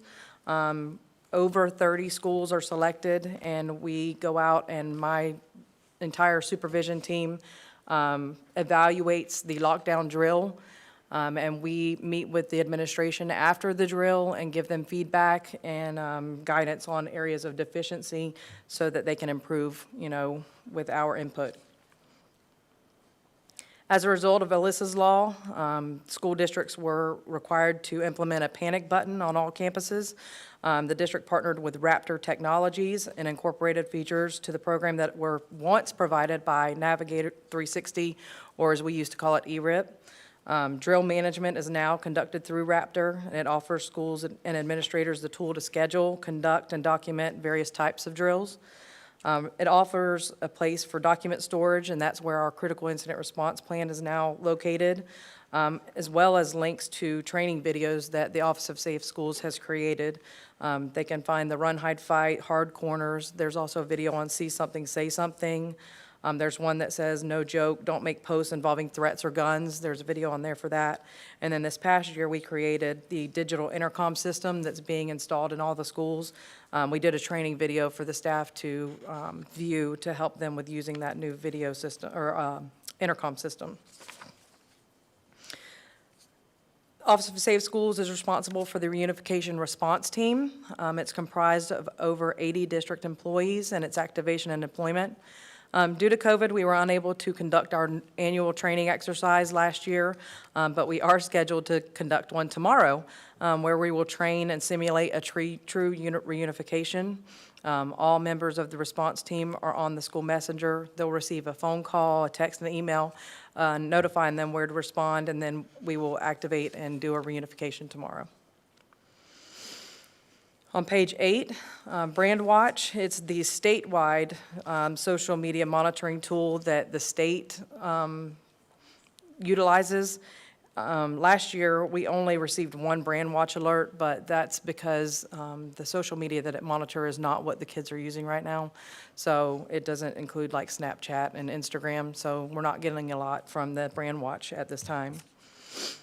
Fortify Florida, it's a statewide reporting tool operated by the Department of Law Enforcement, like Mr. Wiggins said. It allows students and the general public to report concerning activity to law enforcement and school officials. It's just like Crime Stoppers, but it's the state tip line that they can call. During the 2021 school year, the Office of Safe Schools addressed 27 Fortify Florida tips. But we continue to partner with Heartland Crime Stoppers for anonymous reporting. And this is the one that we push the most in the schools. We have, signage and stuff like that at the schools. And if you see something, say something, signage, we use that saying a lot. Because the students, they are eligible for cash reward whenever they use the Crime Stopper tip line. So if I'd pick a tip line to use, I'd use Crime Stopper so I can get a cash reward. But we responded to 9 Crime Stoppers last year. Pages 10 through 12, this section discusses the training and communication between Office of Safe Schools and the 8 municipal agencies that we contract with. Every year, we host annual training that discusses updates to procedures as well as new mandates from the state. This year, we held the training in person and via Zoom for those who were unable to attend in person. Teen Court, that's a juvenile diversion program based on the philosophy that juvenile offenders are less likely to reoffend when punishment is decided by a jury of their peers. The 10th Circuit provides this program for juvenile offenders who commit crimes, admit their guilt, and consent to participate in the program. So that's how they qualify for Teen Court. Students volunteer and have been trained to perform the roles of the defense attorney, the prosecutor, clerk, and the bailiff. The role of the judiciary is performed by an actual judge or an attorney magistrate. Volunteers develop strong leadership skills, receive community service hours, and gain a working knowledge of their local government when they participate in Teen Court. Diversion also allows juvenile offenders to bypass traditional court processes, thereby eliminating that criminal record that they would get if they went through the normal judicial process. Pages 13 through 15. Sorry, Yes. Ms. I'm sorry, Gordon, you you're had a on a question. roll. I hated to interrupt, but I'm curious how the teen folk, it's messaged in the high schools, and what high schools utilize that? Do you know? All high schools. All And of all them. law enforcement utilizes Teen Court. And it's in all of our high schools? Yes, sir. Oh, yes, Okay. ma'am, sorry. Okay, it's fine. All right, cool, thanks. Ms. Miller? I've heard a lot about Teen Court over the years. Is it something that I can attend? Yes, and So I will- encourage you. So if I send you an email, you can give me the dates? I absolutely can. Okay, thank you. I will get it to all of you because I want you all to go see it. It's very good. And a lot of our students go through that instead of going through the judicial process. I'm not sure, if I'm not mistaken, I think Bartow High started that with Judge Doyle, I don't know. Do we have numbers on how many kids have utilized that Teen Court program and avoided? I can get you that. Okay, yeah, that would be great, thanks. And I don't know if I can give you a number of students, but I can give you juveniles. Which I'm hoping they're all students, if they're juveniles. Keep going? Yes, ma'am. Okay. Pages 13 through 15, the Explorer Post, it's chartered through Boy Scouts of America. I have 15 full-time deputies from the school resource unit that volunteer and are active as advisors for the Explorer Post. Extra education and after-school activities with each student provides stronger community relationships and changes the lives of these students that cannot immediately be measured. During the 2021 school year, we had 250 volunteer hours accomplished at several different community events. One of our major events that we do weekly is the Operation Pop Top. We use an Explorer to combat the illegal sale of alcohol to minors. They work with deputies to conduct a weekly check on local convenience stores. During the 2021 school year, we had 48 operations, wherein we checked 562 stores, and of those 562 stores, we arrested 30 violators. The school crossing guard is on page 16. We received 2 hours of state-structured classroom instruction with an additional 2 days of on-the-job training in accordance with the Ramon Turnquist Act. Additionally, the guards receive an annual 2-hour recertification at the beginning of each school year. Currently, there are 124 staffed crossings throughout the county with a total of 133 crossing guards. Gang Resistance Intervention Program, or GRIP, that's pages 18 through 20. The GRIP unit implements innovative juvenile crime prevention and efforts by providing a gateway towards successful academic and career opportunities in order to divert at-risk or gang-affiliated youth. The goals of the GRIP unit include a progressive restorative approach involving 4 key elements: the harm caused by the delinquent behavior and gang affiliation, the needs of the at-risk youth, the needs of the community and potential victims, and the obligations of the at-risk youth in regards to their previous actions. During the 2021 school year, we met with 201 times we met with gang members or associates, and at-risk students over 1,800 times. As a result of GRIP interactions, there were 17 student interventions that resulted in comprehensive positive behavioral reversals. GRIP sanctions are a modification of probation conditions, and a judge can implement them whenever they place a student on or a juvenile on GRIP sanctions.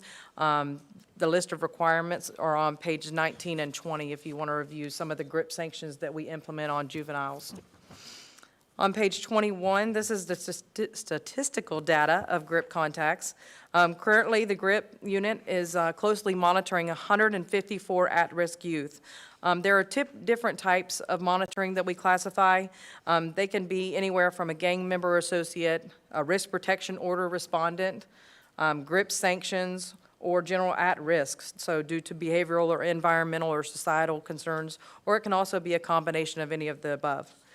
Monitoring and mentoring involves frequently visiting each at-risk youth at school and at home. These contacts ensure the youth are attending classes, checking their grades, and checking with school administration on their behavior. During the regular interactions, GRIP deputies praise at-risk youth and their accomplishment and are involved in their daily lives.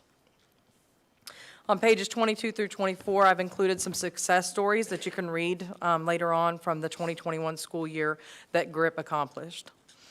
On page 25, there is an overview of GRIP statistical data over the past 5 years. And then pages 26 through 29, the Marjory Stoneman Douglas Public Safety Act addresses several issues related to school safety and school violence that provide law enforcement, courts, and schools with the tools to enhance public safety. The Act codifies the Office of Safe Schools within the Department of Education as the central repository for best practices, training standards, and compliance regarding school safety and security. The Office of Safe Schools' mission is to support the district in providing a safe learning environment for students and educators. Threat assessments that take place immediately following the report of a school-based threat and seeks to determine no impending risk exists toward the school, staff, or students.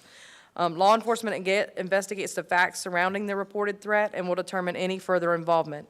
During the 2021 school year, my office received 204 documented law enforcement threat assessments involving students or a public school.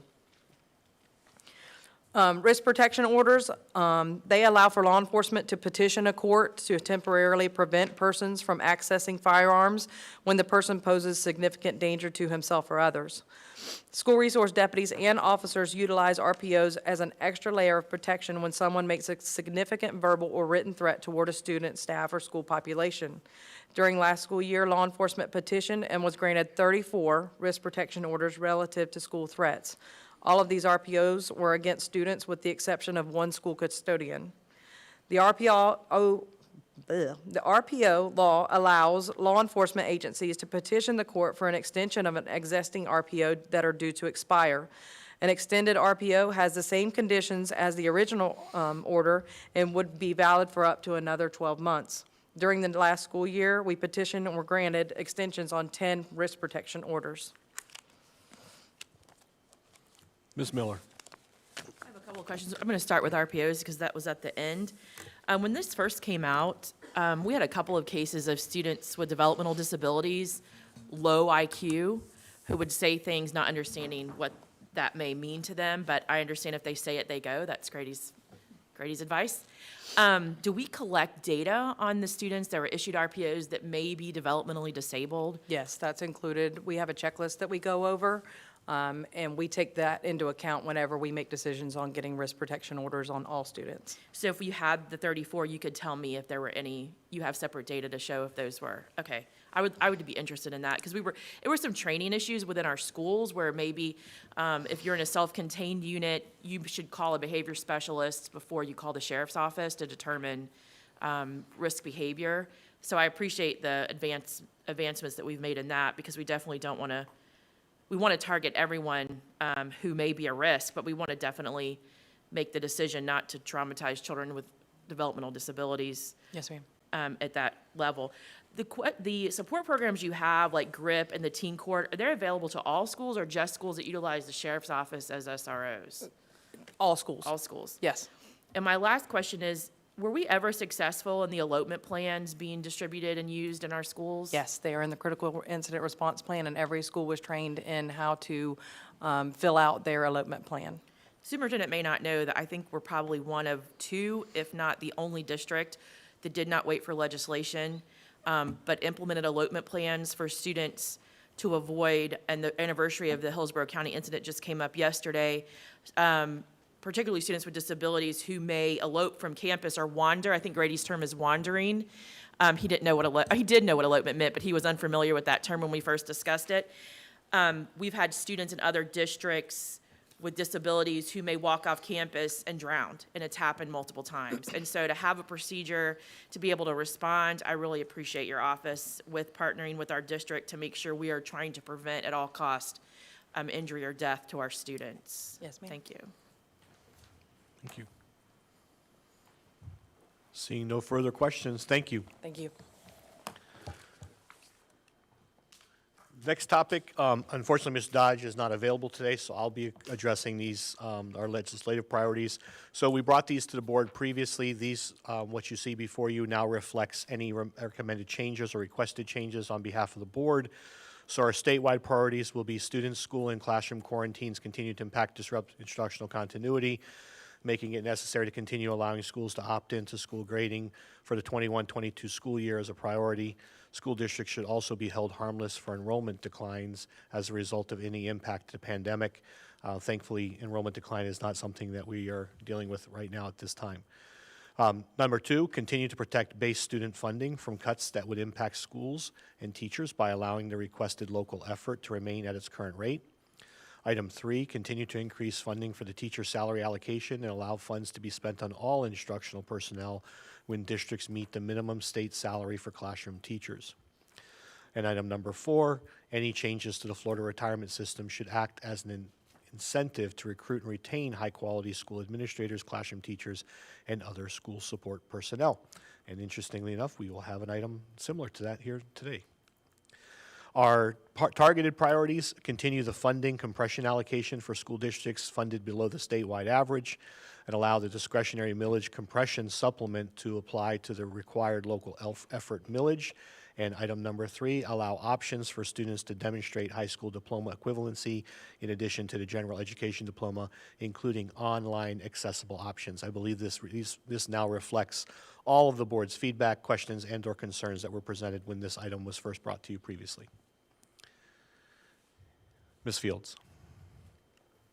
I had a couple of questions. I went back and looked at our platform from last year, and were we not going to include anything in item number one in referencing to advocating for no district or school grades or BAM scores being calculated?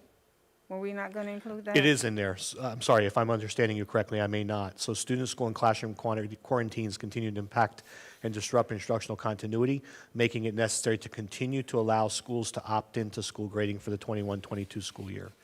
Is that not the same? I'm sorry, maybe I misunderstood. I thought that was different. I thought we were basically going to advocate that we didn't have any school grades because of all the things that we've gone through. And then there's no reference here to no VAM scores either. Correct. So VAM scores is a separate topic, and I can address that separately. But here, for the opt-in, this is what we provided to the board previously. If you'd like to see that we advocate to eliminate school grading altogether for 21-22, I'd be happy to amend this further. Well, that's what I apologize. I thought that's what we had discussed before, and maybe it wasn't clear. Yes, ma'am. And there's other reasons why I believe school grading should be sidelined for the 21-22 school year. If we're getting prepared to transition, and we'll see what happens this legislative session, but if we do transition to more of a progress monitoring approach where we're assessing students 3 times throughout the year, which is the current proposal that the governor has put out, then quite frankly, why are we testing now in a system that won't align or measure the same outcomes for our students? So I think there's a justifiable question there to just opt out of grading altogether this year. Still collect the data and utilize it to inform our practice, but maybe opt out of grading altogether. Right, and to go back to item number 1 from this 2021 legislative platform, it's at the very bottom of that statement that we might be able to adjust. And then my other question is, can you explain as best you can under the Polk County Public Schools Targeted Priorities number 3, allowing options for students to demonstrate high school diploma equivalency in addition to the general education diploma? And my question is, are we encouraging our kids to get a GED instead of a high school diploma? No, ma'am. So what was the interest of the board, and there were several board members who brought this option forward, was that a traditional high school diploma may not accurately reflect the interests or needs of all of our students. And so they wanted us to pursue an alternate diploma option, not just a GED, but are there credit options and flexibility we could pursue to allow students who are not going to go to college, who just want to enter into the workforce, a ready path to do so, and path to do so. So Dr. Allen, Mr. Wilson, if I'm misrepresenting what was shared previously, please correct me, but I believe that was the intent here, was to create a faster pipeline for students to enter into the trades or into career readiness versus having to take courses that may not necessarily directly apply to those interests or the work that they were intending to do. I capture that correctly, Dr. Allen? Correct. And I could speak to that more if you need me to, but basically this was brought forward to me from a community member, Mr. Turbyville, who's the director of the adult learning program at Lighthouse. And then in doing an analysis around the district, was just looking at the various touch points that would be servicing this area. So specifically, we know that the GED is the only, in the state of Florida, recognized high school equivalency option. And you know, it's been around since 1970 or in the 70s. So, however, they made a change 2015 that really had a dramatic impact on individuals taking the GED. For example, they only allowed you to work through your high school equivalency through an online system. So they eliminated paper-based high school equivalency options in the state of Florida. And then on top of that, they also increased the cost. Now, there's been some huge barriers in regards to getting access to customer service needs with the GED. Now, we know that the GED is owned by Pearson, so there's been some complications there. So looking out, there's about 28 states that have adopted the HitSet, which is, and in the United States, there's really only 3 available options for high school equivalency. And if you look at it from a proprietary standpoint, McGraw-Hill owns HitSet, Pearson owns GED, and I forget what the other one is that owns the third one. So I just brought that forward as an option. In looking at, I think there's some peer states and aspirant states that have adopted the HitSet. And I think that would be a good thing, especially in the context in the state of Florida, where we're going to be seeing a lot more conversation around workforce readiness. So I think this could be a good thing for us in our district. And I'm not saying that it's not, Superintendent Hyde, if that's what you think I'm implying either of you.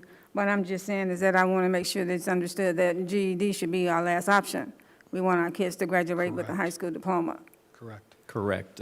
Yeah, in the three options that are recognized around the United States, is recognized by federal government, our military, and so forth. So I'm not asking to decrease the rigor in regards to high school equivalency.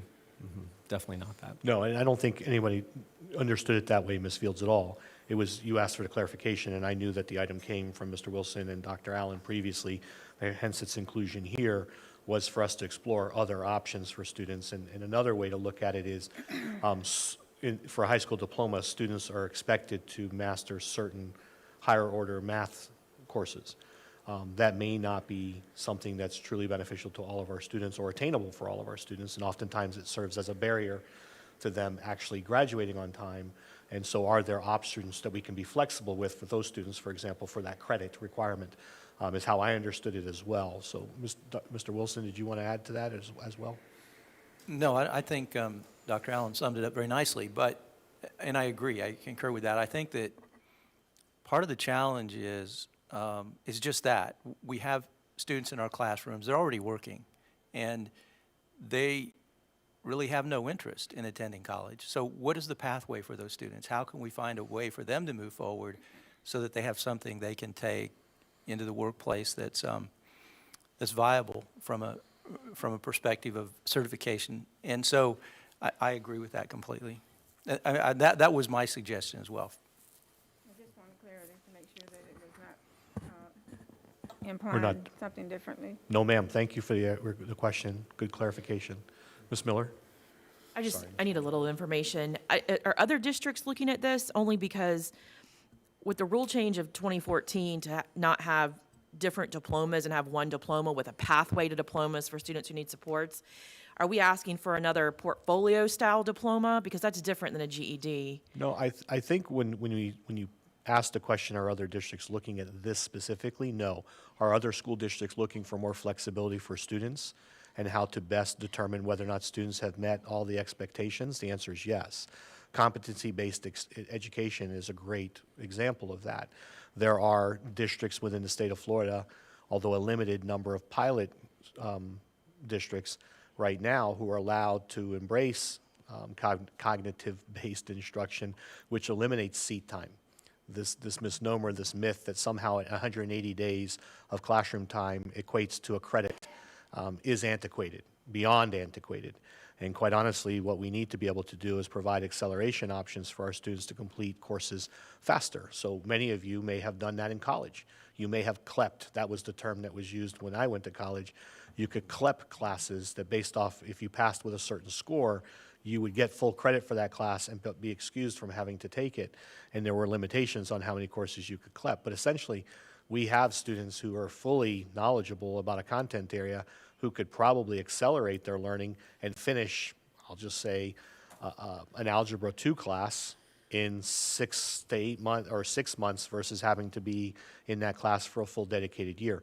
So there are other districts looking to explore options to create more flexibility to either expedite graduation credits and attainment or to modify graduation credits requirements. No one's trying to go back, and this was something I believe we discussed last time. We're not trying to go backwards to tracking students that you're college material, you're not college material, so we're going to create two different paths. It was just simply to provide some flexibility and an opportunity without diminishing rigor or expectations for our students.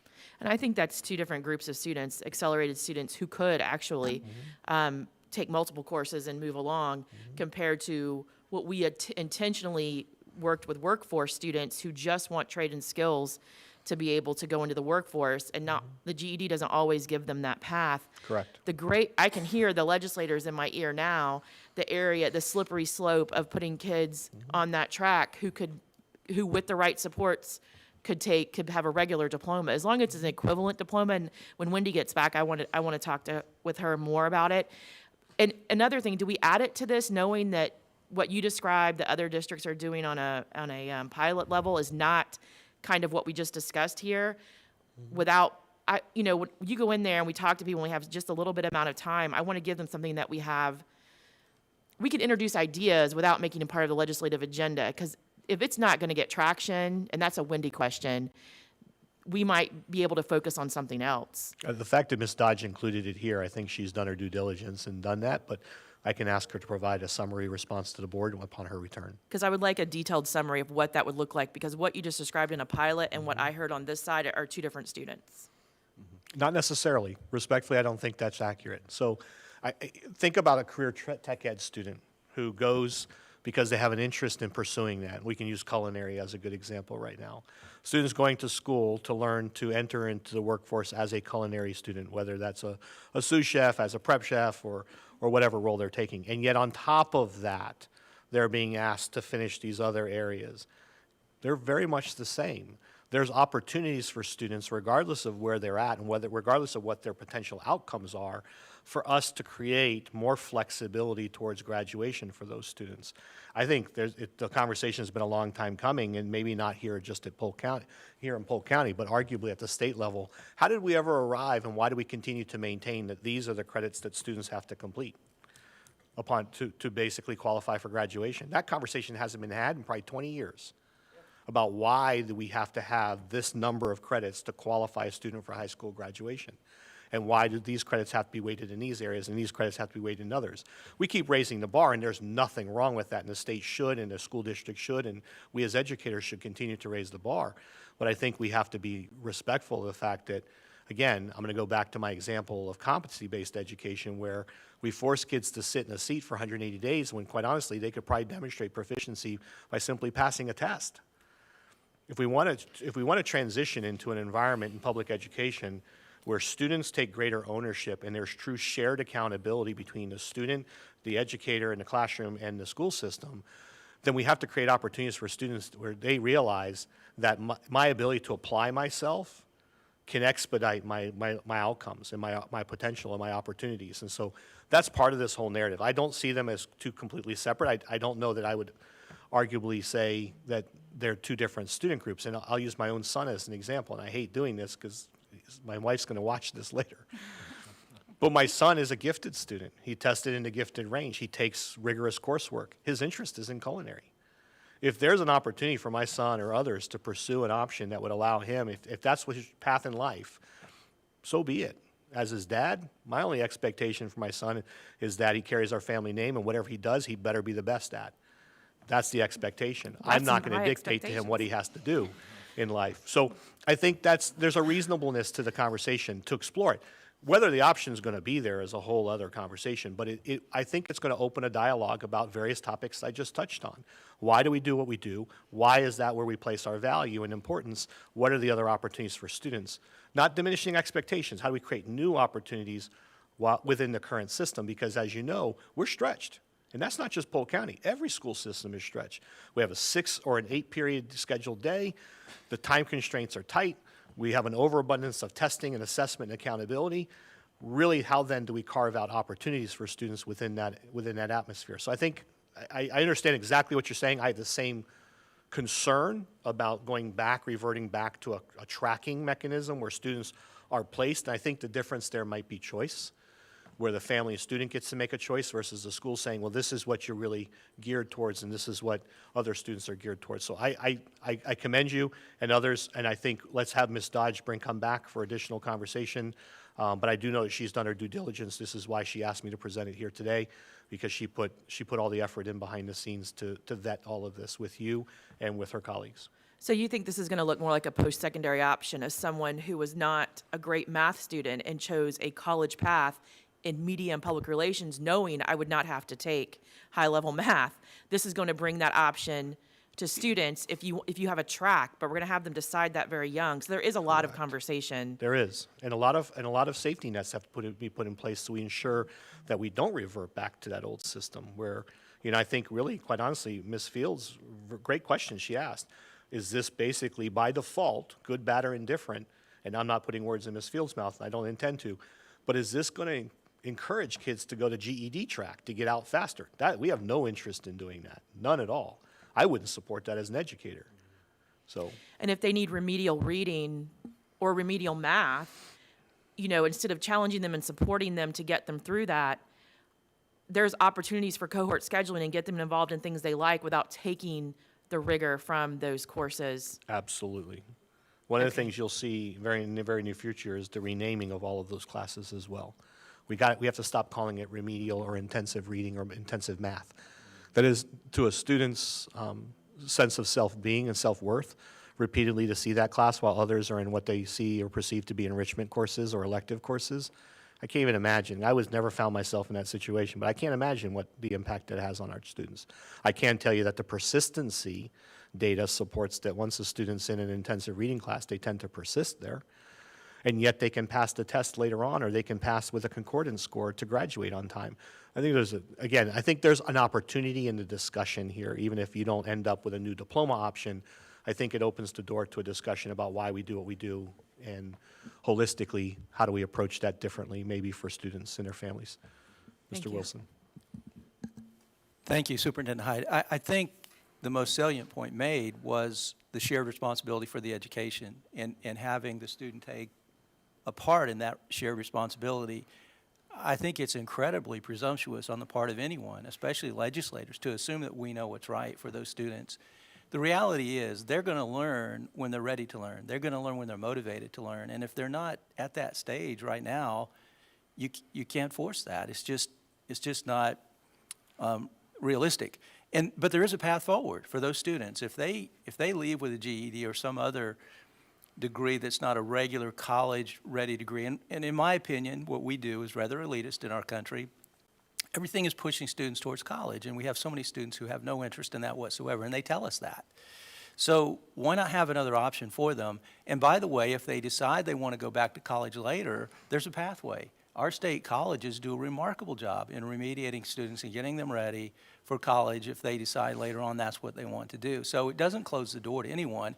It just lets them go down a path so that they know they can choose at the time that's right for them, that they're ready to work on a college degree, and maybe that's not right now. So I'm always going to take an adversarial approach to the concept that we have to be pushing students down a certain pathway. I think that's not productive, and I think that's really one of the reasons that we've seen our country go backwards at a pretty significant rate relative to other countries throughout the world in education. So I will get off my soapbox now. Thank you. Ms. Fortney. Yeah, back to number one, I had some of the same concerns as Ms. Fields, and apparently we dug out the same material there because, VAM is real, and if we go ahead and test, even for data, the FSA, which I can't imagine not having that instructional time when we've lost so much through all the quarantines, et cetera. I would like to see that be a little bit more, instead of a request, to just count the data, just to totally not take the FSA and use that time to catch up. The other thing I wanted, that we had kind of last year, was the incentives for the colleges to grow teachers, and I don't see that at all in here. I thought we kind of talked about that, or at least I know we have a increase in new teacher salaries as an incentive, but I did notice that the governor is going to try to get some hiring bonuses for law enforcement, so I was hoping maybe we could do law enforcement and teachers, Governor, to come into Florida, and because we have a teacher shortage, as you know, and staffing issues are a problem at every school of mine, and I hear it from all over. So I just wanted to put that out there. Thank you. Dr. Allen? Yeah, go back to the previous conversation. So 6.7% is our dropout rate annually. I think within Polk County, about 16% of our population does not have a high school equivalency. So, and the state of Florida has always valued choice, and we can debate whether we value that or not. And I think this initiative is a good one to really question our state if they actually value choice or not. So if I was to look at you know, your college admission exams, you have the ACT and the SAT. So, you know, most colleges will accept either one. So this is how I see that priority, that, you know, the GED or the HITSEC is almost like the ACT versus the SAT, right? Both of them are adopted, both of them are recognized as a standard. Now, I know that my daughter scores differently on the ACT compared to the SAT. So that's where I see that one. I think going back to the statewide priority number 1, I want to be cautious on that conversation because we see the value of the good work that was being done in our district as well. Like, for example, this past year, and just recently, we honored the 6 schools that accomplished so much during COVID, right? And I know 2 of them came out of District 1 specifically, Dixieland and Philip O'Brien, 2 of those 6. So I want to make sure that we're still valuing the great work that's being done from our school leaders and all the way down into the classroom as well. Ms. Fields, Ms. Fortney, and then Ms. Yeah, Fields. I'm sorry, Ms. Fields. That's 6 out of how many, though, Dr. Allen? Do you know what I'm saying? Yeah, I definitely hear you, Yeah. Ms. Fortney. And, you know, and I'm going to be with you on this conversation a understand. bit, just as long as we're valuing the great work that's being done and have an definitely. opportunity to I didn't want to recognize imply that at all, but I Yep. know that we have lots more than 6 that. Absolutely, I feel like it's absolutely. a chess game and we don't have all the pieces. Yep, definitely. Ms. Fields. I think Ms. Miller said that we could be talking about this for a long time, and we can. As it relates to the GED, I am the youngest of 6 siblings, and my dad always told us that he wanted us to graduate from high school. Didn't really care about the college thing for the boys, but he wanted it for the girls. And out of all of my siblings, we all got a high school diploma, but only 2 of us went further. So I don't think to say that having a high school diploma, you automatically are going to go to college. That's just not the way that it is. But I think that that's what we were always, in my mind, and since I've been on this board, we've always tried to make sure that all of our students graduate with a high school diploma. At least that's what I thought, and maybe I'm missing it. So the GED, I don't have anything against the GED, but I think that should be a last option for students. If they drop out of high school, they can get their GED, but I think we need to be pushing all of our students to get a high school diploma. That's just my opinion. As it relates to the statewide priorities, I do think that we need to have something in here that talks about the BAM scores and whether or not we're going to promote not being graded this year because of the pandemic and because of the quarantines and all the things that we don't even yet know the impact that it's going to have on our students and our staff. Yes, ma'am. Ms. Wyatt, it took me a minute. I'm sorry. Thank you. I just want a quick question for you, Mr. Hyde. Yes, As ma'am. far as not being graded this year, would your preference be to not be graded at all or to have the option to opt in for schools like the 6 this year that it truly helped come out of the turnaround? Is there any benefit to that?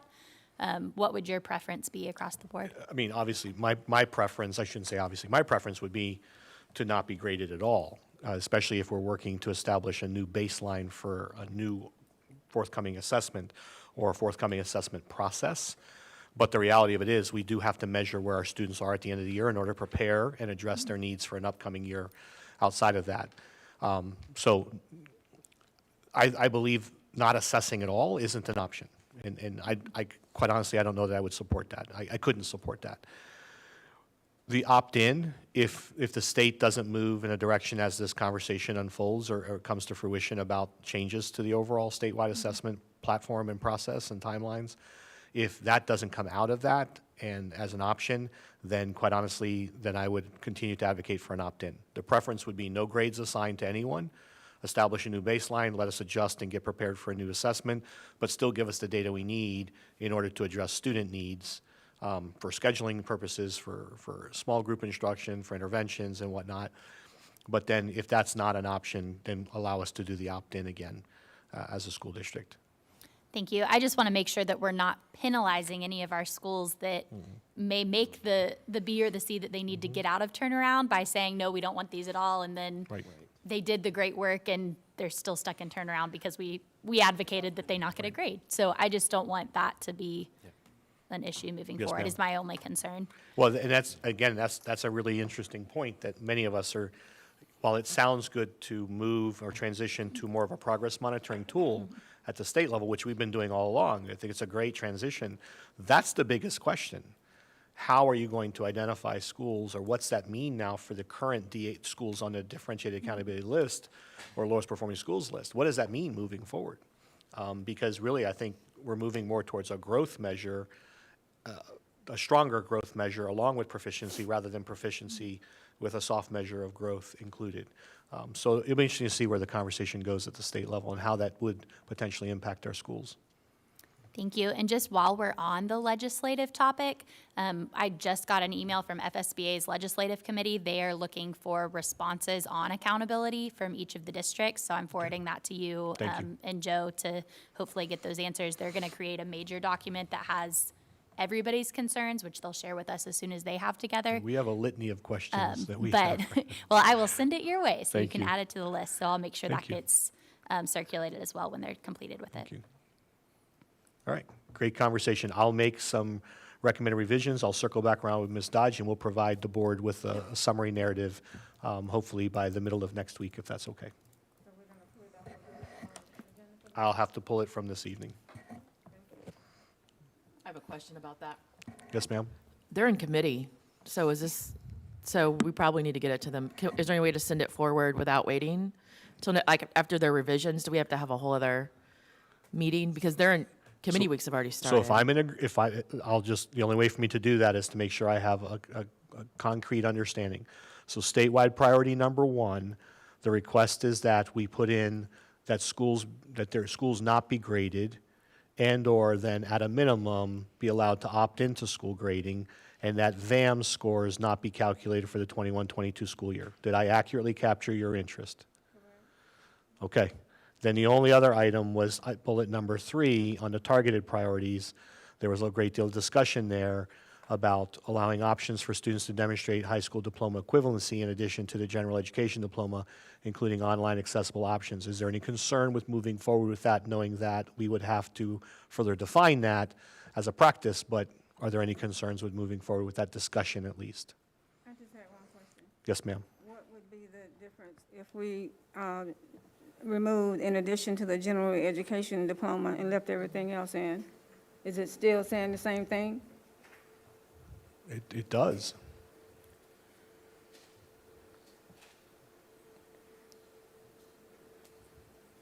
Any objection to that? Just having that final bullet read, allow options for students to demonstrate high school diploma equivalency? Including online accessible options.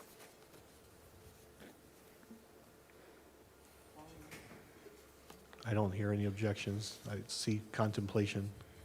Well, I mean, I think at this point, the general education diploma is the only recognized high school equivalency option beyond our K through 12 experience, right, in the state of Florida. Is that correct? Yeah, I think that Ms. Fields' point is, though, it says allow options for students to demonstrate high school diploma equivalency, including online accessible options. So strike the portion where it says, in addition to the gen ed diploma, because it is assumed that that diploma option is the only option available to students. Mm-hmm. Perfect, then I will, Dr. Allen? Nope, I'm good. I think Mr. that's Wilson? fine. Yeah. Any objection? Mm-mm. Okay. That being said, we could approve it this evening, and I'll amend it before this evening's meeting. Okay. Mr. Pitts, if you'll please come forward, sick leave policies for non-union members. So, board members, this is a topic that came before you last February. It was addressed. There are two distinct groups, as you know, within our organization. We have union members and we have non-union members. A change was recommended for union groups that they not be capped at their payout for accumulated leave. And so, Mr. Pitts, are you prepared? You ready to go? I am prepared. And at the time, it was my understanding that the board asked that this topic be brought, that the majority of the board, excuse me, asked that this topic be brought back at a later date because they felt that the NUG group or non-union group employees had been inadvertently left off of this opportunity. So, Mr. Pitts. Yes, so in front of you is basically a layout of how the sick leave policy was changed back in February. It modified the years of service and the rates of payouts to match state statute. But for non-union staff, that was capped at 50% of their annual salary. So if I make $30,000 and I have a bunch of sick hours when I leave, and that payout is $40,000, I would lose the $10,000 because my salary is 30. So who does this affect? We typically think of this as our administrative staff, and it is our administrative staff, but this also includes folks like record specialists, principals, chief of staff, myself, regional superintendents, school guardians, a head custodian, food service managers, specialists, our accountants, executive secretaries, our assistant principals, and even our deputy superintendent. So that's kind of a summary of the positions that it affects. When I submitted the agenda item, I gave you a spreadsheet that I thought you would just have fun playing around with. It was a list of every employee that this affects, but I didn't give you a summary of that. So this affects currently 942 of our district employees. There are 82 employees on that list. If they left today, they would have funds reduced due to the cap that was placed back in February. If the cap is removed for those 82 employees, the total payout, if they left today, is $1.4 million. That would be the effect to the district, which $45,000 of that would come from food service funds. The rest of it would come from the general fund. But I don't want you to focus so much on that $1.4 million as a cost to the district budget, current budget. That is when those folks leave. The average amount that would be lost if these 82 employees at this cap is about $17,000. That's the annual loss based on that 50% cap. But this affects the average years of service for these folks is 25 years. So we're talking about our longest serving employees that have been with the district, and we're talking about retaining employees. This is a strategy to continue to retain employees, and it's really an equity issue. A teacher, support staff at schools, they have no cap. You could have a $58,000 a year teacher that leaves, they get paid out at 100%. I have that spreadsheet in front of me that I can't put up in front of us at the moment, but I'm looking at some salaries of all the way up to over 100,000, but we have salaries as low as $23,000 that are affected by this cap. In any given year, we have about 7 to 10% of our employees leave. So when we're talking about that $1.4 million of additional funds that it would cost the district, we're talking about maybe $140,000 in a given year. When you look at our total compensated absences, what our total sick leave liability is for the district, it's in the neighborhood of $40 million, $46 million. So the $1.4 million would be in addition to that $46 million of our total liability. That total liability is if everyone left today, but it's not in this given year's budget. In fact, last year, our total terminal leave payout, that would be what we paid in vacation payout and sick payouts, was $3.8 million in total. So I went over that kind of fast. So again, I want to highlight a couple points, and I provided this to the board last evening because Ms. Fields had asked for further explanation, so anytime I provide a response, I try to send it to the whole board. So to Mr. Pitts's point, if we average 7 to 10% retirement group each year impact to our overall staffing, what he did was he took the 1.4 based off the current known data, because again, those numbers could change. If they're a relatively newer employee, they're going to continue to accrue leave. However, if we assume at the top end that 10% of that group will retire at the end of this year, our exposure is not $1.4 million. Our exposure is $140,000. And there's a big difference there.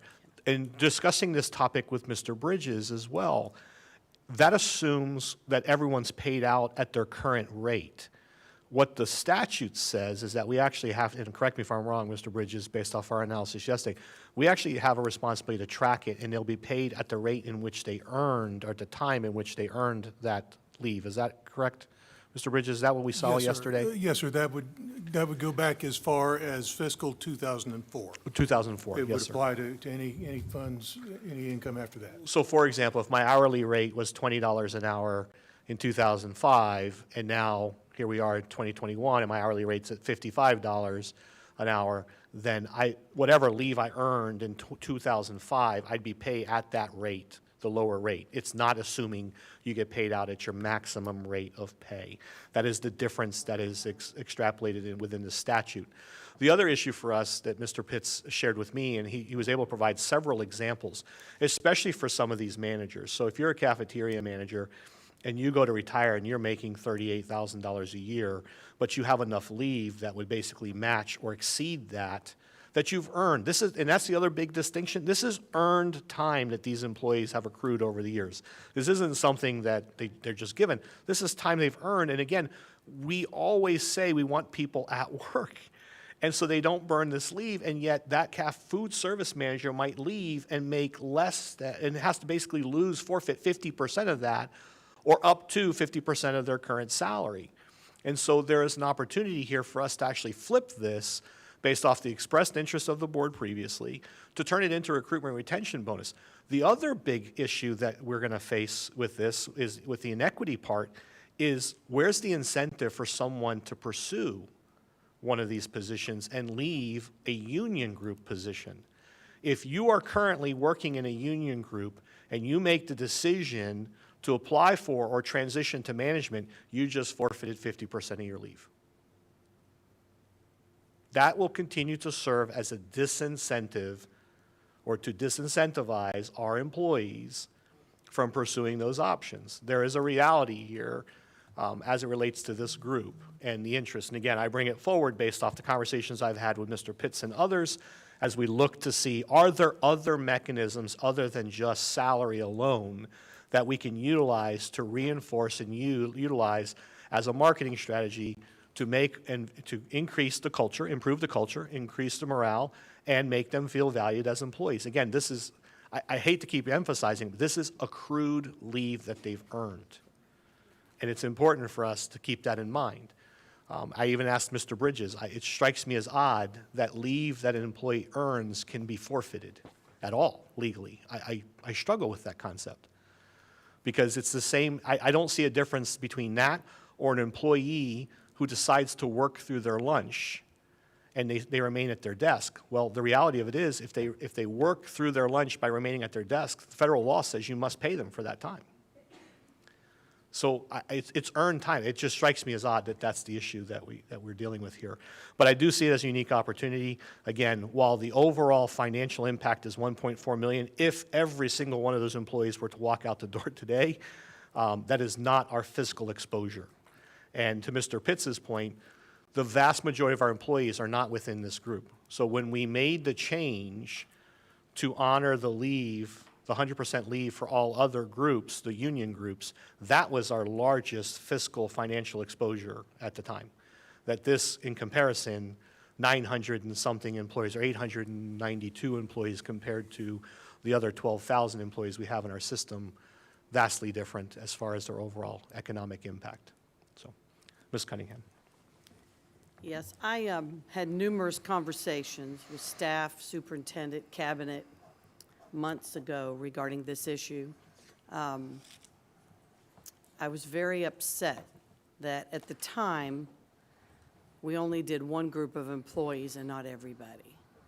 Doesn't matter to me what you do, what your rank is, what your title is. What's fair for one is fair for all. It's called equity, and you did mention it, Superintendent Hyde. It's just not right to treat one group of people one way and a different group differently. And yet it was explained to me that that's how we needed to do it at the time.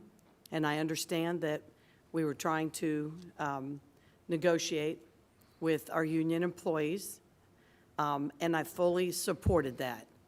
But I felt very confident that we needed to continue this conversation and make it fair and equitable for everybody. There's nothing different to me than a teacher working the hours that they work to have this benefit than a district office administrator or principal working the late and crazy hours that they do to both benefit. To me, this is simple. Now, at the time, I didn't have the numbers. Let me be clear, or I maybe would have pushed even harder. I asked for them and I never got them. But with what you've said today, if I understand it correctly, if 7 to 10% of 1.4 million is around 120 to 140,000 a year, is a drop in the bucket to me of a close to $2 billion budget that we do to make it right for everybody. So no matter who you are, what position you hold in our school board family, everybody's treated the same when it comes to your sick leave. And I do agree, never thought of it that way, Superintendent Hyde, till you mentioned it today, just like vacation, that is earned. And I know what a difference, at least I've heard, it has made already in the schools. If a teacher now knows, you know, hey, if I'm present, I'm banking that 100%, versus, you know what, I'm going to lose 50% of it anyways, and, you know, so-and-so wants to go do X, I'm going to take today off and go do X. This is huge, but if we do it for one group of our family, our employees, we should do it for all. So I 100% support this initiative.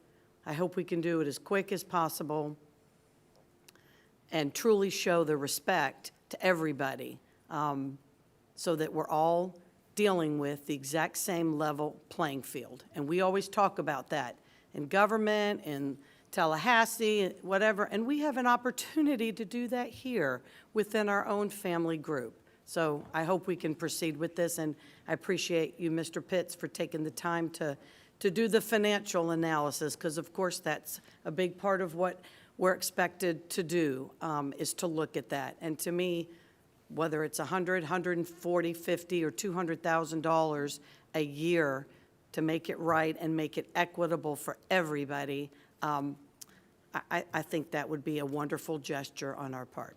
Thank you, Superintendent Hyde. Ms. Wyatt. Thank you. I just want to echo a little bit of what Ms. Cunningham said and say thank you to Mr. Pitts for putting this together. If you sort it by number of sick hours, you have to get down to like the 700 or 800s before you get under 100 hours.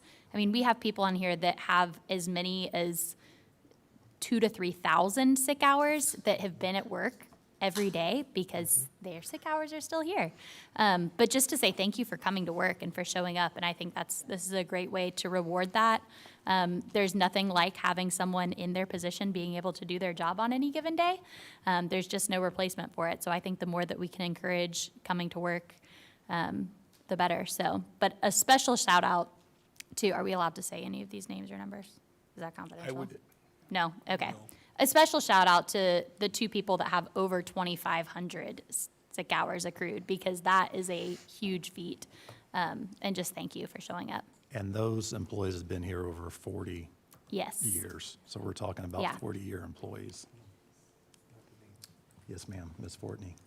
Mr. Pitts, I'm so glad you're here because I don't know if you remember a couple years ago, we talked about incentivizing people showing up and maybe doing drawings and, no days missed. And I know a lot of schools do it individually, but I know of some districts I'd be curious to see, they actually have a plan where,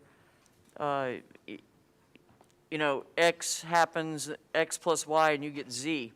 As an incentive, and talking about building culture, and getting folks to show up, because I know when we went to not calling your own principal to tell them that you were going to be sick, that's when we started spending a lot of money on subs, because it was a lot harder to call your principal than it was to put a number in.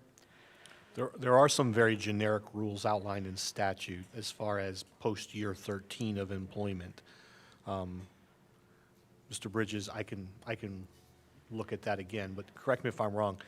You have to be with the district 13 years in order to become eligible for that benefit, correct? Yes, the statute sets out a sliding scale based on how long the individual has been employed at the district. See, for the first 3 years of service, daily rate of pay multiplied by 35% times the days of accumulated leave. The next 3 years, 40%. The three after that, 45, then 50, and then 100. So by the 13th year, you're at 100%. So we would mirror that same Right. policy that we apply to I'd like others. to explore that if possible. Yes, ma'am. And those are the maximums that are allowed, that are authorized by the statute.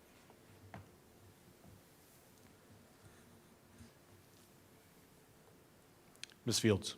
I had a couple of questions. I wanted to know, how do other school districts handle this situation? Neighboring school districts, do you all know? I do not know off the top of my head. I do know back in February when this was looked at, that there weren't that many districts that paid out at this rate, that it was a relatively small group. So I do know that Miami-Dade pays out at this rate. I don't know what the neighboring districts are. I'd be interested in but knowing what, will get that information for you. what Hillsborough and Orange County do. And the other thing, I know it's not related to sick leave, but I just think it needs to be said. 12-month employees also get annual leave, correct? That is correct. 10 and And 11 that's month do capped- not, but 12-month employees do. And that's capped at what? That Is it not. 480? That is not capped. Is They- it capped by the state that they can only accrue or carry over 480? They can only carry over 480 hours in total. Where Okay. sick leave is not capped in total, how many hours can be accumulated, but vacation is capped at 480 hours, yes, ma'am. Okay, I just wanted clarity on that. And then Superintendent Hyde, I know that we've already approved Thanksgiving week, Christmas week, and spring break week, I believe, Yes, ma'am. for all of the employees. Correct. So that means that the employees that are 12-month would only have to use their leave primarily, have an opportunity to use their leave primarily for summer, correct? At this time, yes, that would be what that means. But I think the reason why the school district, in my predecessor, Ms. Byrd, employed that strategy was, as you know, financially, we could not incentivize Well, I'm not our saying that we employees. shouldn't do it. So what I'm not taking that, I don't have that approach right now in my response either, so I apologize for coming across that way. I think if we move this, and now that we've resolved PEA and AFSCME, and we'll be coming forward to the board with a recommendation for this NUG group, the non-union group employees, for a raise as well, those two in tandem, I think we do have to revisit that leave time for the spring break, Thanksgiving, and the winter holiday. Unless the board says we want to do this above and beyond. I think that brings that back into discussion. Because I think that's, you're right, they earn a great deal of leave, and we have to make sure they have opportunities to utilize that leave. In a traditional schedule, that's where they would utilize it. We have not required them to do that because we couldn't incentivize them further, but now that we can, that then becomes part of the conversation moving forward. And that's what I was going to say, so thank you for saying that. Yes, that ma'am. We have to provide an opportunity for them to use the leave. Absolutely. Because if not, we're going to continuously have a big overage of leave that Yes, ma'am. wasn't able to be used. And I know that Mr. Green recently, as you know, came from Duval. He was part of the discussion as we were looking at this, and he shared what they were doing. But we'll get you an analysis of what other districts are doing as well. But quite honestly, it may not be, if this strategy pays off, it may not be bad to be out front and use this as a longevity tool for longevity recruitment and retention strategy for our district. So, thank you. Thank you. Thank you. Thank you, Mr. Pitts. And here comes Dr. Barrios with the most exciting topic of the day, the Phase 3 network installation proposal. In a nutshell, our district has contracted for IT network access, whether you call that internet cabling, whether you call it high-speed wireless or high-speed connectivity. It's called a lot of different things over the years, but essentially we were in a place where we were constantly paying and leasing access, whereas now what Dr. Barrios is going to suggest is that we invest so that we can cover the entirety of the school district at a more manageable cost that will benefit us not only in the short term, but also long term. Dr. Barrios. Thank you. So I just wanted to give you a little bit of history of the network. So back in 2004, the district worked with the city of Bartow and did a long-term agreement and built out a network for originally 18 sites. And then they added 4 sites at a cost of $9,100. Our monthly current cost was $76.75 or $92,100 a year. Over the course of the contract of that network, we've paid over $1.5 million. My belief in when they did that was they really built in the cost to pay for that network over time. And I'll come back to that in just a minute. The Lakeland fiber network, so starting in 1994, they worked with the city of Lakeland and they built out a network for 49 sites, but the network was really designed for video, and they used that for quite a few years. I do not know when they discontinued the use of that network, but I do know that sometime prior to 2014, because when I got here, they were no longer using that network, even though they still had access to that network. So after being here for a couple of years, when I first got here, by the way, other than Bartow, all of our sites, our elementary sites were at 100 meg, and our middle and high school were at 200 meg 7 years ago, woefully inadequate. I know those, and so I tried to put numbers so that you could get a perspective of the changes that we've made in 7 years. So several years ago, when we discovered that, we worked with the city of Lakeland. We invested a little bit of money and modified the Lakeland network, and we moved the Lakeland schools, or 49 sites, to a data network, to that network, converting it to data at a gig. So we had our Bartow sites had always been at a gig or 1,000 meg. Now our city of Lakeland schools were moved to 1,000 meg or a gig. And we had some concerns moving forward, and I'll come back to that in just a minute. So prior to 2 years ago, all of the non-Lakeland, non-Bartow sites, at the time we migrated up, the elementary schools were at 400 meg, and our high schools, middle and high, were 600. So we did migrate up. We couldn't afford to do that years ago until we moved the city of Lakeland back onto that network, because we could not afford those sites. One of the differences between the Bartow and the city of Lakeland network and the ones that are currently on Frontier is referred to as dark and lit networks. So the dark network is essentially you're leasing the fiber and we put the equipment on the ends. It's our equipment and we can control the speed. When you go to a lit network, that network is contingent upon the company's equipment, and when you increase from 100 to 200 to 1,000 meg, there's a cost. So you can see here currently, this is our current cost for those sites that are non-Bartow, non-Lakeland. We have 12 sites at 100 meg. That's some of our smaller sites. That's not our schools. Our schools, 59 of our school sites are now on a gig, and that only happened 2 years ago. And then the district office has for 10 gigs or 40 gigs because we serve the entire network. So again, the difference between the dark and the lit is that on a lit service, you pay for your increase. So 2 years ago, because of the age of the Bartow network, and they had never been E-rated, we looked at leveraging E-rate. They changed some of the rules several years ago, and we went out to bid for what's called a dark fiber, and IRU means indefensible use. Indefeasible right use, meaning we're the only one on that network. They can't put other clients on the network. That's all that means. So it's essentially a private network. And so we went out to bid on that 2 years ago. That network was built last year because it's 2 years in arrears. It takes us a year to apply. So we built out that network, and that was lit July 1 of this year. And so we have 18 sites on 10 gigs. The network build itself was $1.2 million. Our share, because of the E-rate process, was $120,000.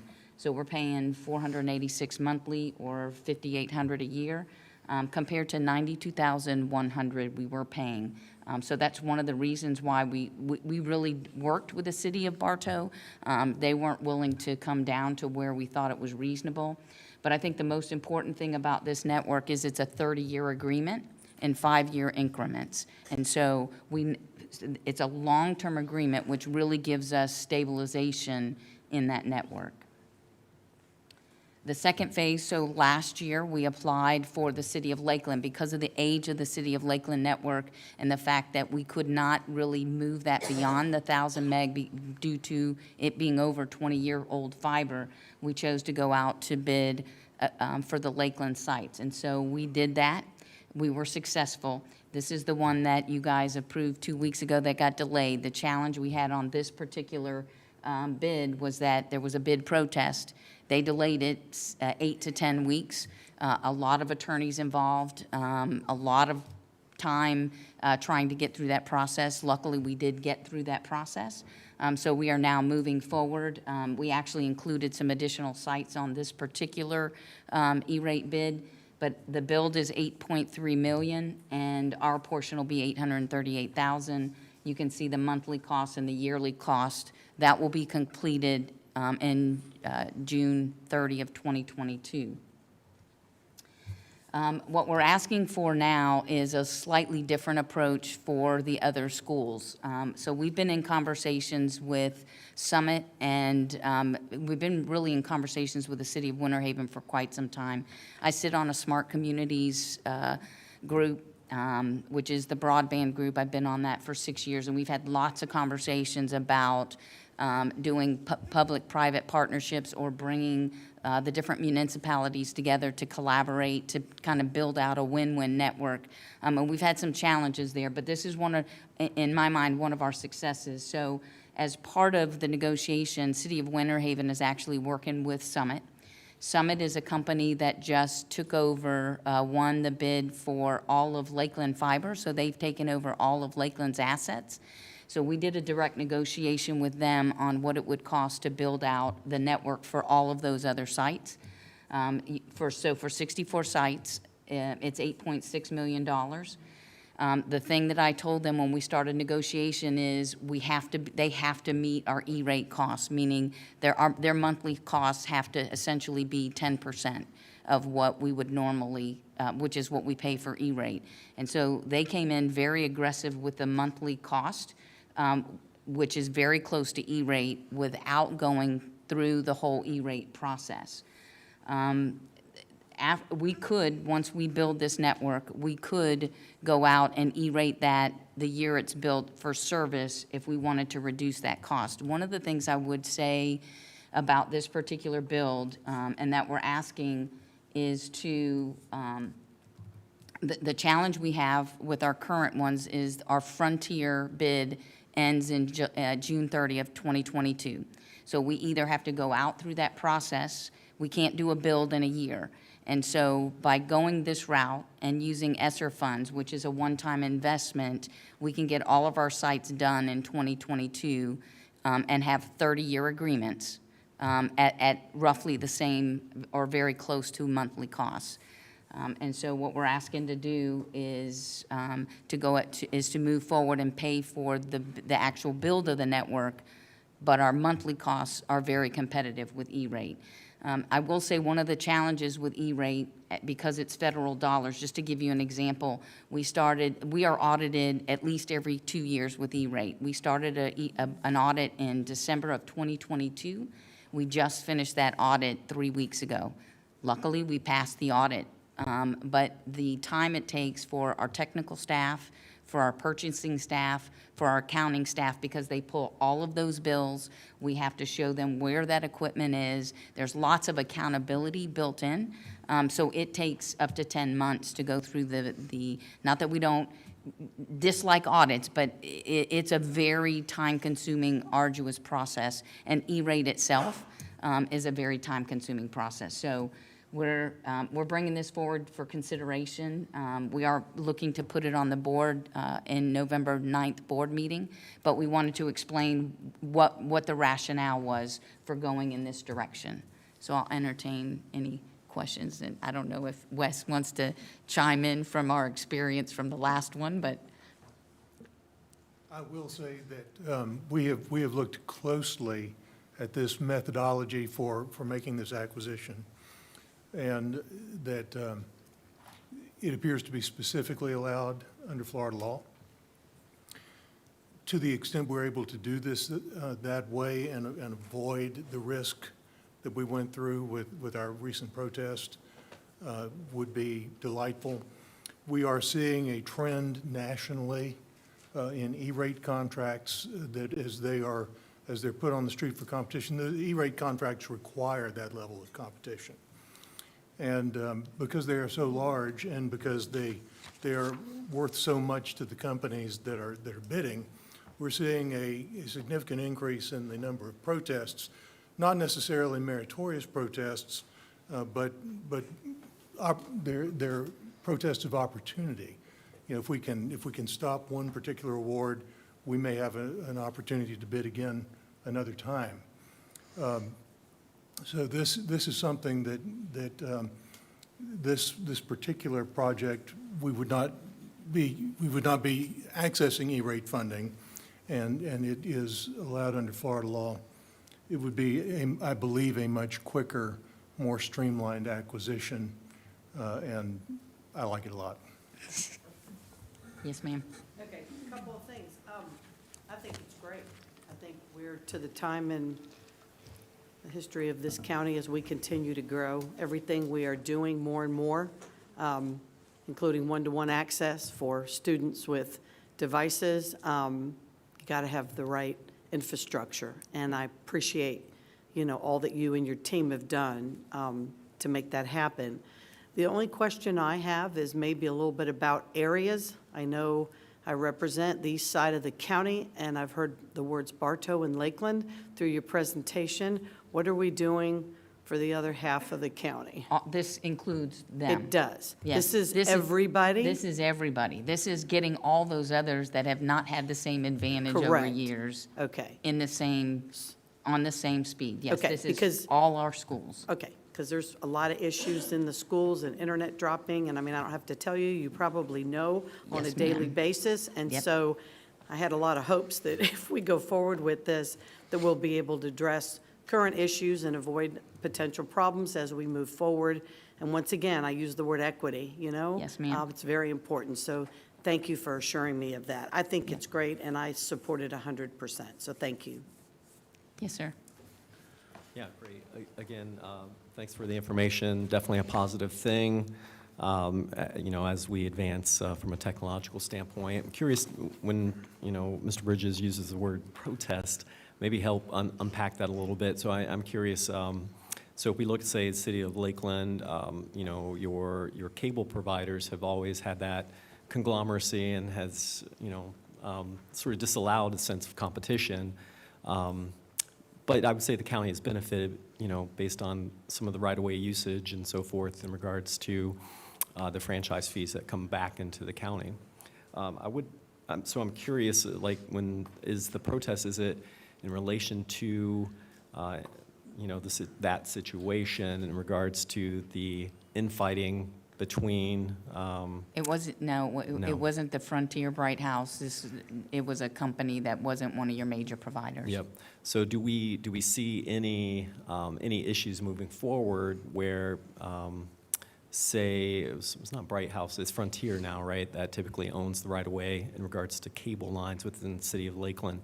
Will there be tension and conflict with Summit coming in to provide? Do you see any of those issues? No, because they took over the city of they've taken over the city of Lakeland Fiber. A lot of it is private-owned or government-owned fiber. Mm-hmm.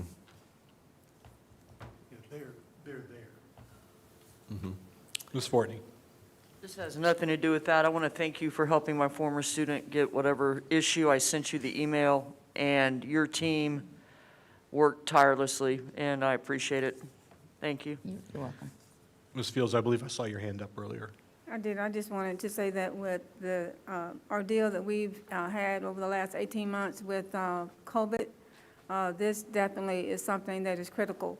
So I want to thank you guys for your hard work, and that it's going to be able to benefit all of our students. Yes. And it's a good point to piggyback off that, Ms. Fields, if I may. This also benefits us long-term. As you know, we were recently awarded a $28 million grant that would allow us to expand. I don't mean to steal Board Chair Cunningham's thunder here, but in order for us to go one-to-one, we need that infrastructure so students can connect at home. So this is a great opportunity for us and to ensure that our schools can function at a high level as well. Okay. Okay, Thank you, Dr. Barrios. all right. Thank you. Next item, update on the strategic plan. As you know, the board will select additional retreat dates. Our first date will be November 1st, that we will meet to specifically address policy and procedures and to, again, reiterate the roles, purview of board chair, board vice chair, and other roles prior to the board making nominations and voting on that structure later in November. So Ms. Winchester will work with with Yvette and others, and we'll provide you with additional dates moving forward. Right now, at this time, we have a sole source provider with Polk Vision, who will be providing some facilitation support for our strategic plan development. And again, we'll work with those workshop dates. The one thing I would ask, I know I spoke about this briefly with Ms. Fields, is trying to coordinate calendars. And while the board does not maintain your personal professional calendars through board docs or here, if you would at least provide some dates where you know you're going to have some availability, so we could look at those and try and find some consensus amongst those dates.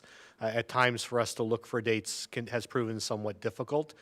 So if you could, I know Ms. Fields said in the past, you used to bring your calendars forward, your calendars with you, and we'd look at those dates. That's the process you would prefer. We can do that as well. But we're just looking to make sure that we're not shooting in the dark sometimes with dates based off your availability. They could be done half days, in the evenings. They could be done in different combinations. It doesn't have to be a full day commitment because we can chunk the topics depending on what your availability, what your preference is as well. And I know that you have a history in doing strategic plan, as do I. And so there's different ways to approach it to accommodate everyone's needs or interests moving forward. Yes, ma'am. As a suggestion, moving forward, what we've done in the past is you ask everybody to bring their calendars with them, and at the next work session, throw out some dates, and we can usually, between the seven of us and We will- yourself. that is what Ms. Fields that's suggested is- normally what we've done, and Yes, that ma'am. might save a lot of time and emails back and forth and so forth. We will do that then at our next workshop. Thank you. Okay. We talked about this, again, school board purview. The school board will help establish the overarching goals and directives to be met. Those become basically, for lack of a better phrase, my marching orders, my directives, the things I have to work to fulfill. And they establish the expectations regarding the frequency of reporting and the process to be used. So the board, what I'll look to the board through strategic planning is how frequently. I typically have brought updates every quarter in a very formalized process by virtue of presentations, both for the school board and for the community, so that we can maintain a touch point with our strategic plan in progress. And then within my purview, once the board establishes those overarching goals that have to be attained over the 3 to 5 year strategic plan, I then work with my team and tasked with creating the process by which goals and objectives are to be met. How specifically will we work towards those? We will ensure that we have alignment with priorities with district resources, all of those resources, whether it's resource allocation, by virtue of funding, by virtue of materials, by virtue of staff supports. Those are important for us to outline as well. And then we would need to work to ensure on the district side and my team's side, working to ensure that district provides regular updates for the board and stakeholders as to the progress being made.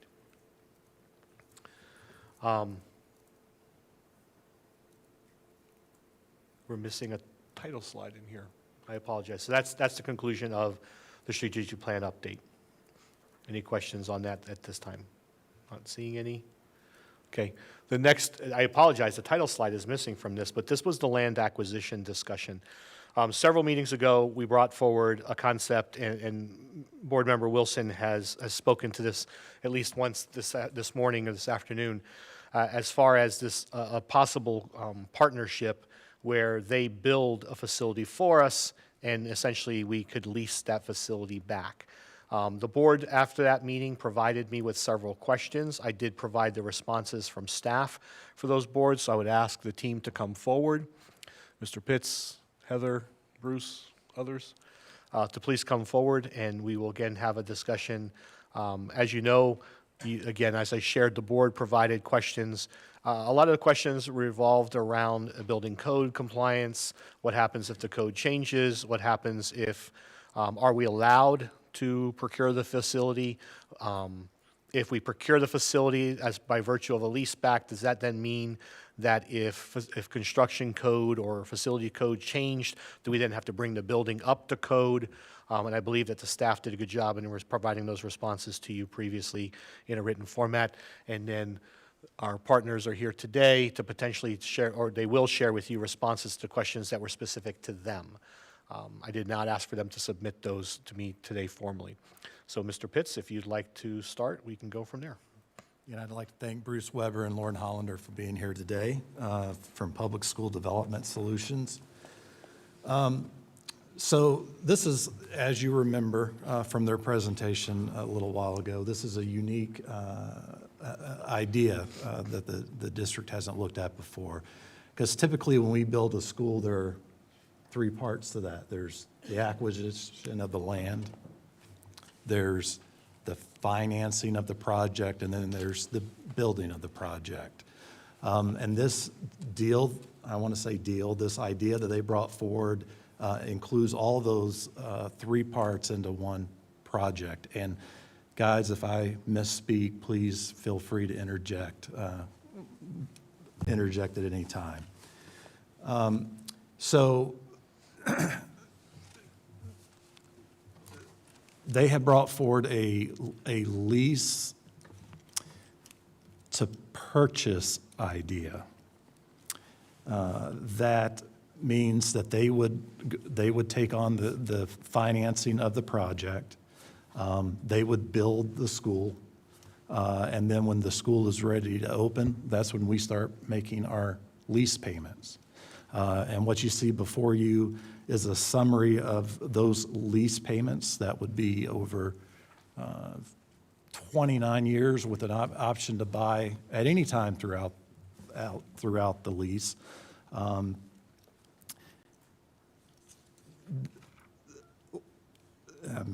just looking at the slide in front of me to highlight some other information. And included in this lease proposal is $2 million in FF&E, which is fixed furniture and equipment, fixed furniture and equipment. A $4.5 million capital repair fund, which is basically an escrow fund that we could then use to pay for maintenance and repairs on this property. The land cost is included, and their proposal is a debt rate of about 2.5%. Of course, that would depend on when and if we would go with this project and what the capital rates are at that time period. I also provided their 29, 30-year lease payout, which is summarized in that first summary. So we were asked to if we were to finance this, if we were to go out and finance this ourselves without leasing from this project, how much it would cost. So we received that information last night, and that's what I have provided to you in that packet. Behind the slide is the schedules, that documentation that goes along with financing. But we have three capital pots of money that we would use when we build a school. Impact fees, which is to meet new demand. LCI, that's our local capital improvement fund, which is 1.5 mils of our property value.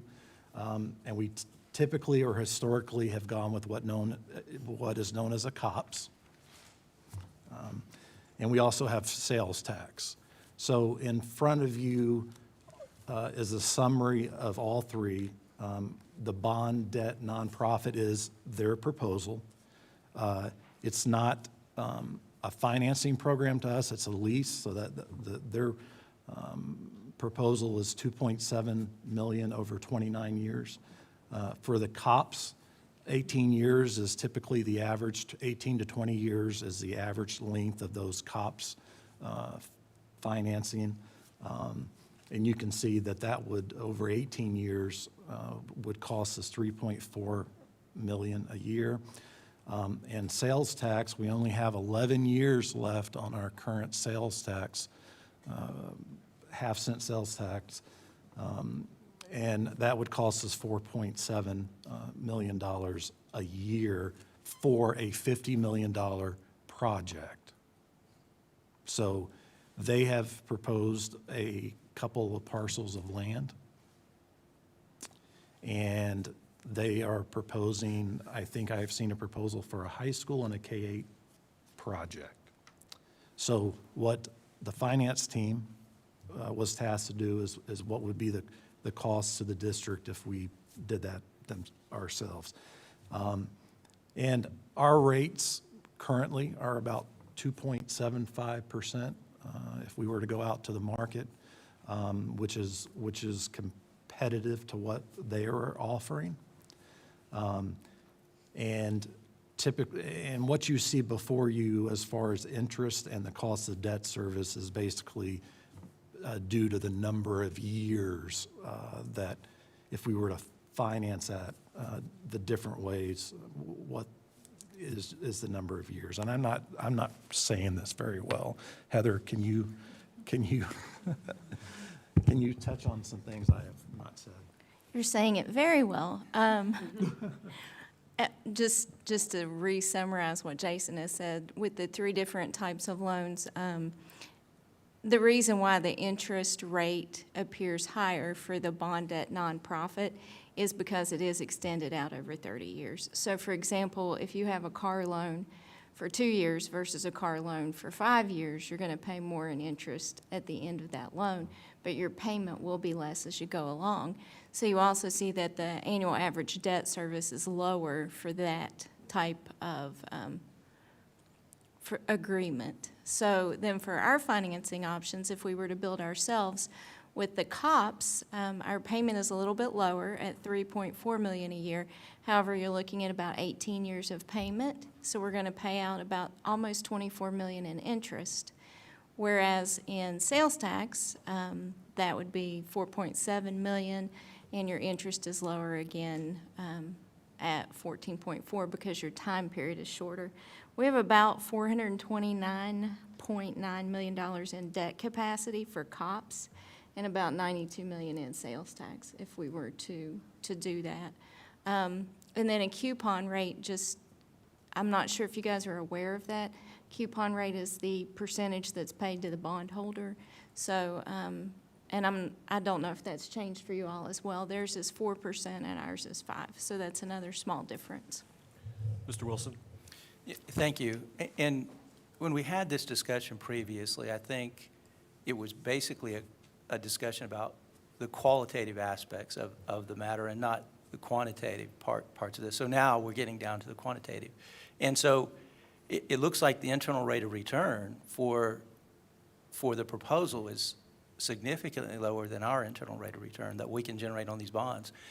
I think the only way we're really going to be able to do this, though, is to do a present value calculation. It looks to me, just doing the math off the top of my head, their proposal is going to come in significantly lower if we do a present value calculation on this and discount all of those cash flows back to the present. I mean, Jeff Bezos says, I don't need profit, I just need cash flow.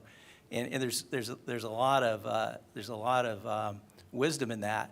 So I think the only way that we can really do a fair comparison would be to do that. And I'm happy to do the calculation on that. I'll be happy to crunch those numbers. But it looks like their proposal from a quantitative perspective, if you do this, work this out and calculate the present value of all those cash flows, is going to be a better deal for us.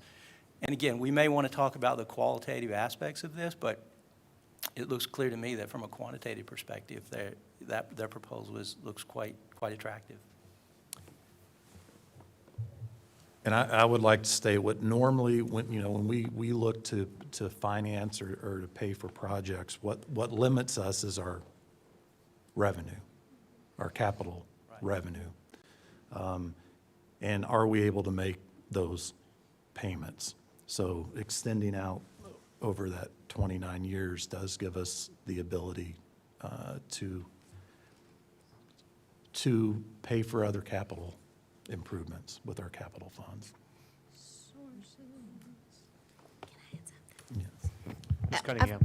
Oh, sorry. Go ahead. Can I add one quick thing? Yes, I forgot to tell you guys that for sales tax, if we were to make payment on a sales tax bond, we can use sales tax funds or impact fee funds. For our COPS, that's restricted to LCI, local capital improvement, our 1.5 millage. And then we're still doing a little bit of research on the bond lease agreement, but that would predominantly be LCI funds as well. Will the COPS be classified as a derivative if you use those? No? Okay. Ms. Cunningham. Thank you. So my question is, after staff and you all have looked at it, I'm assuming you've had time, and I see the numbers. Not quite sure. What we always ask of our superintendent staff is, after you have evaluated this, and I know this is political, so I'll throw the elephant in the room because it is, but at some point, I want to know what you're recommending. If you're not ready to do that today, I'm okay with that. But the bottom line is, in any decision that we've made to this degree, we've always said, staff has come back and said, here is what we're recommending. We'll respect your decision, board, but here's what we recommend. And at the end of the day, that's what I would like to eventually hear before I'm able to vote on an issue. I think they have a great proposal. I have met with them, full disclosure. I understand what they want to do. It's brand new. It's brand new to us. It's brand new to the area. It's brand new for them, quite frankly. It's a different place that they're going into. So I don't mind taking risks, but I'm going to take a calculated risk. And I need to understand, because you all are the gurus, and I certainly am not. So at some point today, a different day, I'd like to really understand where staff is in this whole process, to understand moving forward, to make a really good decision, at least for myself. So. Ms. Fields. And I agree with Ms. Cunningham. I did meet as well, so I think most of us did, which really is no big deal. We got a lot of answers to a lot of questions, but I have not had chance to review them because we just recently received them. So I'm not in a position today that I want to make a decision on whether or not we continue how we're going to do this. I think we need more time. So that's for me. And then I think that the staff need to, and I hope this is not taken in the wrong context. No, ma'am. But I hope that the staff will feel comfortable enough to really say what they feel and not feel pressured that they have to say something because they don't want to offend somebody or rub somebody the wrong way. I hope that makes sense. So I'm just saying that because I believe that that's important to say. Correct. No, it's a very valid point, and I would hope that staff feel that comfort. We try to model that behavior all the time. We don't have to always agree. But the reason I've surrounded myself with the people I have is, quite honestly, these are the people who, especially when it comes to things like this, are most knowledgeable, and I have to rely on them and their expertise. This slide did not come in till late. I actually have an interesting twist. I am curious as to what, to Mr. Wilson's point, if we were to use a combination of a lease back, but also using some impact fees on the front end to reduce our overall fiscal financial exposure, does that then return additional dollars?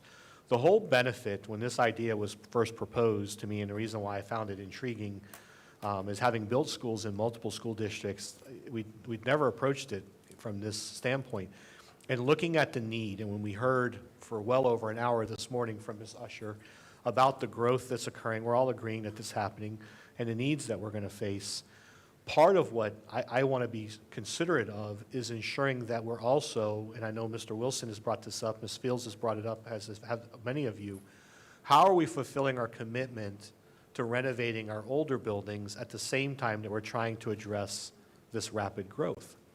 And if we continue to invest all our dollars on the growth areas alone, we never have enough reserve balance within that $150 million a year to address those capital projects we've committed to in some of our older buildings, and be quite frank, that our communities are well and deeply deserving of. The reason why I found this intriguing was it delays the payments and spreads them out equitably over years and allows us to free up potentially more financing each subsequent year. Here alone, if I'm reading this correctly, the difference between the 29-year bond debt, we'd have an annual cost of $2.7 million. Am I reading that accurately? Yes. And if we went out with COPS, a traditional process, we'd have about 3.5.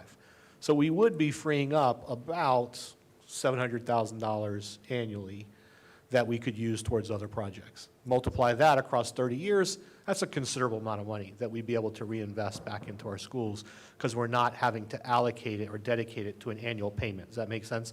I think the analogy of the car payment made a lot of sense to me, resonated strongly, which is if I can either have to put more money down to reduce my monthly cost, or I have to change the terms. And so if I can only afford, everybody can afford a Mercedes, right? Right.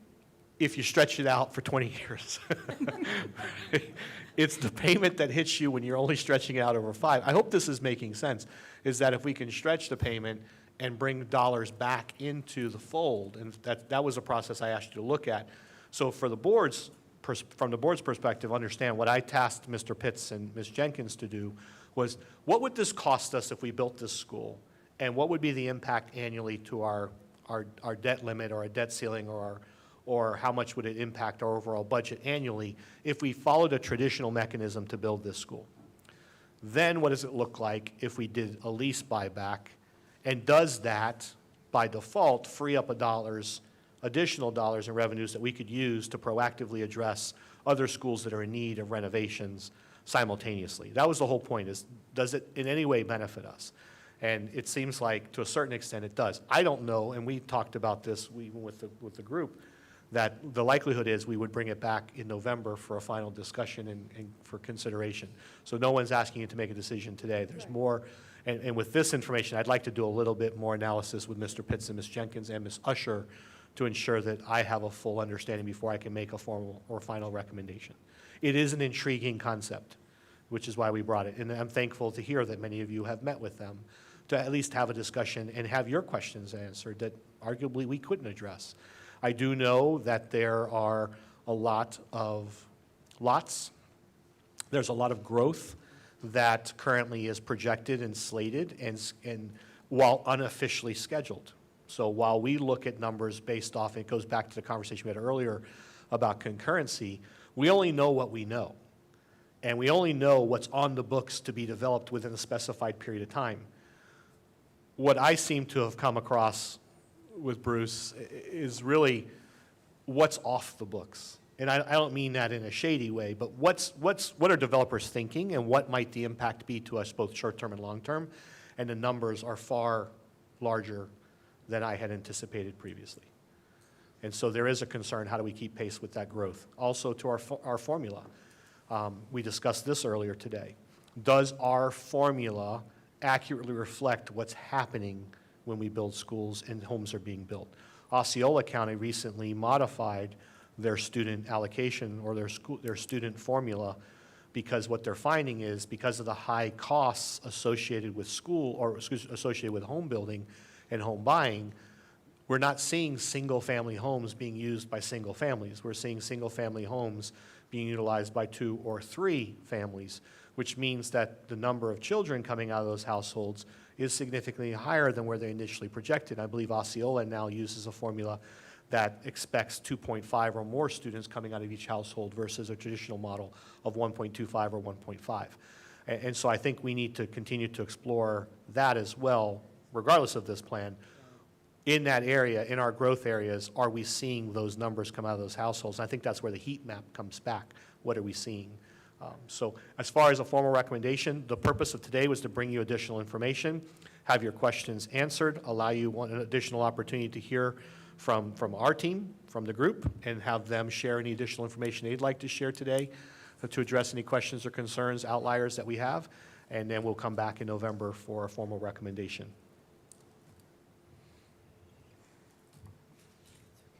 Ms. Miller, I'm sorry. No, that's fine. Thank you for saving me. I just want to mention, it's something that Mr. Wilson mentioned earlier. What made me excited about something, about this plan was because of the ages of our schools, the majority of our schools in Polk County, and the need for repair, and the fact that those students also deserve the best and most efficient and most technologically savvy schools, that this would free up money for that. And we really can't afford to keep doing what we've always done. And in education, it's difficult sometimes to have that discussion because it's something new and something we haven't done before. But we have got to start looking at those areas where, whether public-private partnerships or just looking at things we haven't done, and we're vetting it. I mean, we're 3 meetings into vetting this process. So I think we're doing our due diligence with that. But we've got to start doing something differently because the growth is going to be here, and we are not adequate enough to serve the students at this time. And we're planning, and all of our staff is working and doing the best at their jobs, but that doesn't mean that we're going to be able to keep up. And I think looking at this opportunity, and it might be different than something we've always done, but it also may lay precedent for other districts and other large districts to look at ways to build schools and have capital available. So I'm excited we're having the discussion. I'm glad that we're having multiple meetings, and I hope we can, finalize this in November and talk about how it will benefit students in our community. So, thank you. Mr. Wilson. Can I get all the cash outflows? I'd like to do those calculations, and maybe the rest of the board, it doesn't matter to them, but it matters to me because that's really going to tell. We don't, looking at these numbers, there's no way to really compare them. We need to calculate the present value of the future cash flows using some discount rate. So if I could get with you all and you could get those cash flows for me, I'll do that. I'll do those calculations because I think what we're going to find, that's really going to tell us how much we're saving on this. And, so that's what's relevant to me. And I'd like to crunch those numbers and push them through. And again, as I said previously, there may be qualitative aspects to this too that we need to discuss. That's important. But that really will sum up everything from a quantitative perspective. Thank you. Can I make a point or two? Yes, sir. First of all, thank you for all your questions. They're excellent questions, and we're honored to be able to sit here and have you ask them and give us an opportunity to answer them. And we'd love to work with you on the time value of money and the net present value of all of the cash flows. We've done that internally, and I think you'll find that it will be a positive experience for you to evaluate that. And I'd also like to add that it's beyond the cost of money. There's also specific cost savings opportunities in the construction itself. So there's material opportunities in changing and lowering the cost of the schools themselves, and not just the cost of the construction, but the ongoing cost of operating. So we'd like the opportunity to talk more about that. We'd love the opportunity to meet with each one of the board members and go through those calculations, that math. I also think there's a lot of value in the speed at which we're talking about moving forward. In terms of our abilities, we can put schools in place in the 2023-24 timeframe, and we think that that could also, back to your notion of intangibles, speed is one that we can bring to the table, and I think that makes a lot of sense. When you look at the population growth, and we've talked mostly about Northeast Polk County, it's absolutely record-setting growth, to your point. We've got tens of thousands of families moving in over the next 4 to 8 years, and those families are probably going to bring as much as 2 students per household. So it's an exciting time to be in Polk County, and there are lots of schools that will need to be built. And the only other point is just to say that when you're working with us, it will not affect your bonding capacity, your borrowing capacity. So it allows you to use all of your other sources of funds to move those into a combination of new schools, new buildings, as well as the deferred maintenance and other projects that you have. So thanks for the opportunity again to meet with you, and thanks for the opportunity to share some of the tangibles and the intangibles. Did you want to share anything about projected, or if you were a visionary, what kind of growth might we expect in that area? You know, we've done the math, and thanks for that question. We've done the math and we've tried to share that in a way that makes sense for everybody. We see 40,000 plus new households coming into just the Northeast corridor over the next 8 to 10 years. We think those 40,000 households will probably bring in excess of 60, possibly more, 60,000 students, possibly more. You know, we came in our first meeting, I think we were talking about 40,000 students or 50,000 students. That number continues to grow. So I would be, I think, remiss if we didn't think about the math and how many schools that would take. If you look at let's take the lower number, 40,000 students in the next 8 to 10 years. How many schools is that? I would ask Angela Usher, I think, if she's still here, but I know she's doing that math all the time. So in deference to her, I don't know what that number is, but This morning, I'm I sure she believe does. the numbers were 3 elementary schools, 1 middle school, and either a full high school or a .5 high school for that community, that area alone, was the anticipation, if I recall this morning's presentation accurately. Yeah. Any other questions from the board? Okay. Thank you, everyone. Thank you. Appreciate it. Thank you.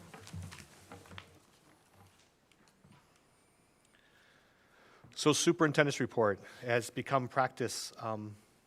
Any items that exceed $1 million will now be addressed as part of the superintendent's report so that we don't have to address them later on this evening. So item H2 from this evening's agenda, Title III, Part A, Language Enhancement and Academic Achievement Continuation Grant. By virtue of its title, this is a grant that we're afforded each year, so it is a continuation. It is to the tune of roughly $1.7, $1.8 million.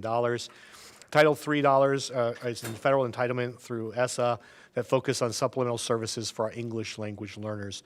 This grant, similar to one that I brought to you previously at a prior board meeting, actually will help staff some of our schools and provide the EL services and supports that our students require. Item N1, Casualty Claims Program Administration Services with John Eastern's company, is a $3.9 million contract extension for John Eastern, who's been providing claims handling services for Polk County Public Schools since November 1st of 2015. In the past, we were able to piggyback off of Duval County's school bid, but due to differences in our district's needs, it was decided at the time to directly negotiate a contract for the next renewal period to provide services unique to our school district's needs. As you can see here, for that same item, the pricing and the costs are actually broken down over multiple years. The pricing negotiated is as follows. For years 1 through 3, it's $775,000 per year. For year 4, it's $798,000, and for year 5, it's $882,000. The proposed contract includes continuation of the dedicated claims team with 25% more hours for liability adjusting, increased litigation management tools, and additional reporting. If Ms. King is here, I do not see her. There she is. Are there any questions on that item while she's here? Okay. I don't see any, but stand by for Blue Cross Blue Shield just in case. Item N2 is a $5 million request for renewal for a contract. Florida Blue will continue to provide a $100,000 wellness fund annually for the duration of the contract. Florida Blue, by virtue of this contract renewal, will continue to provide capitated payment arrangements with Quest for members using the Polk County Public Schools Employee Health and Wellness Centers. Any approximate savings is $1.2 million per year that would need to be paid out of the health plan on a fee-for-service basis. No capitation agreement were in place. No other carrier offers this payment arrangement for laboratory services. Thank you, Superintendent Hyde. You're welcome. Appreciate your I believe going there's over those. one more. Item P4, $1.2 million. This is a renewal for a secondary Perkins grant, again, a federal grant that we're afforded. This will be used to continue to expand our career academies within Polk County Public High Schools and middle schools by providing training opportunities to our staff. It provides funding for 7 staff positions as well, and the remaining funds are used to buy program equipment and travel, such as to our annual conferences and events related to career technical academies. Last item is a bus purchase. This comes before you every year. It's $5.9 million. Essentially, we work each year to replace 10% of our operating fleet. We will remove 51 buses and replace them with new ones. These buses, being the most recently taken out of fleet, will be put into a secondary fleet for utilization, and then older buses that are currently being used as part of the secondary fleet will actually be eliminated from use. So this, again, is my understanding, this comes before the board each year, but it is important for us to maintain an operational fleet. That concludes, Superintendent's report. I apologize. The next work session and board meeting will be held on November 9th, 2021. The work session will begin at 12:30 p.m. The board meeting will begin at 5 p.m. The meetings will be held at the Jim Miles Professional Development Center located at 5204 U.S. Highway 98 South in Lakeland. I've been providing the board with pictures and updates as to the progress being made. Right now, it looks like the room might be functional by late November, early December. However, unfortunately, most of the AV and communication equipment is delayed because of COVID and shipping delays. And so we'll explore the possibility of using the portable, because I know many of you really want to get back in there. And the improvements for the boardroom, not only the ADA compliance, but the improvements in general are incredible. But I will say that the cafeteria, the Apple, has really benefited from this as well. They got all new cabinetry outside. All the vending machines got relocated. It's a far more conducive, better flowing area. And that concludes the superintendent's report for today. Mr. Hyde, November 1st, are we still meeting here? We are. Okay, thank you. We are. Yes, ma'am. And I would say, whenever the facilities are ready, they're ready. I don't think there's any rush to go there, but we understand it's crazy nationwide getting parts and different things from all industries from folks that I've talked to. So, I mean, I don't think there's a hard and fast date by which we have to be in Bartow. I think this suits most everybody fine. So whenever we get there, we get there. Thank you. There's an information item here for purchasing quarterly reports. It's been provided by Mr. Cray. Unless there's any questions on that, that concludes workshop from my perspective, unless there is anything else from board comments. Thank you, Superintendent Hyde. Board members, now moving into, is there any old business, new business, or anyone have any board comments that they'd like to share at this time before we review our agenda? If not, let's go ahead and move into reviewing the agenda for the board meeting this evening. I'd like to start with item G, consent agenda, through item J, consent agenda. Are there any questions? I have, Yes, ma'am. Mrs. Fields? okay, item J, Human Resources. I wanted to make you aware, because you always want to know in advance, which I think you should, is that I'm going to ask that item number 2, non-instructional personnel action, be placed on the regular agenda, because I am not in support of one of the recommended terminations. Okay. Item on J, consent agenda, item 2 is Lewis Anna Woodbury roof replacement on buildings 3 and 4. Is that what you're wanting to pull?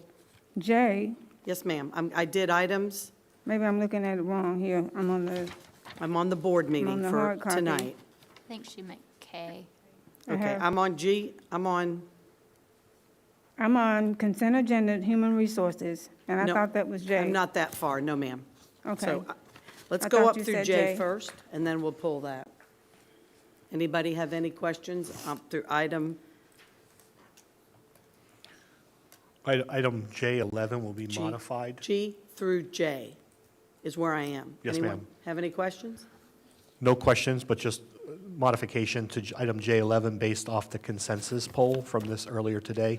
Rather Yes. than approval to move forward with the addition, we'll explore the addition of a middle school at Okay. Bellicita. All right, so you did change the wording, or will be? It will be changed, yes, It ma'am. will be changed. I think that needs to be pulled from the agenda, doesn't it, Mr. Bridges? I mean, otherwise, we're, Yeah, if there's no official action to be taken by the board, they've already given direction by Exactly. consensus, that item can be removed. Thank you for the it needs to clarification. be removed, otherwise we're going to be voting on something that we shouldn't vote on. Right, well, unless the language was modified to something that, We want That's to fine. vote on. We can pull the item will be pulled. That's Either way. one of the amendments. Okay.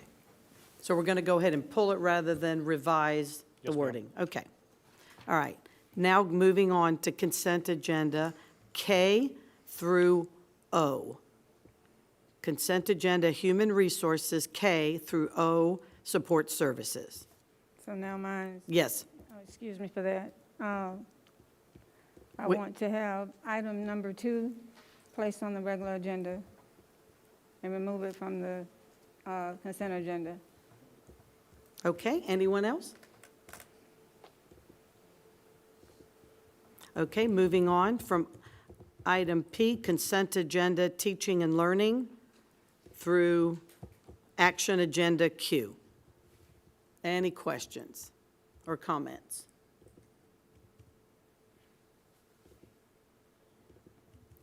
Okay, seeing none, then we have our superintendent's report. We don't have a legal report today, right, Mr. Bridges? Okay, and we do have an auditor report. Ms. Matthews will be presenting that.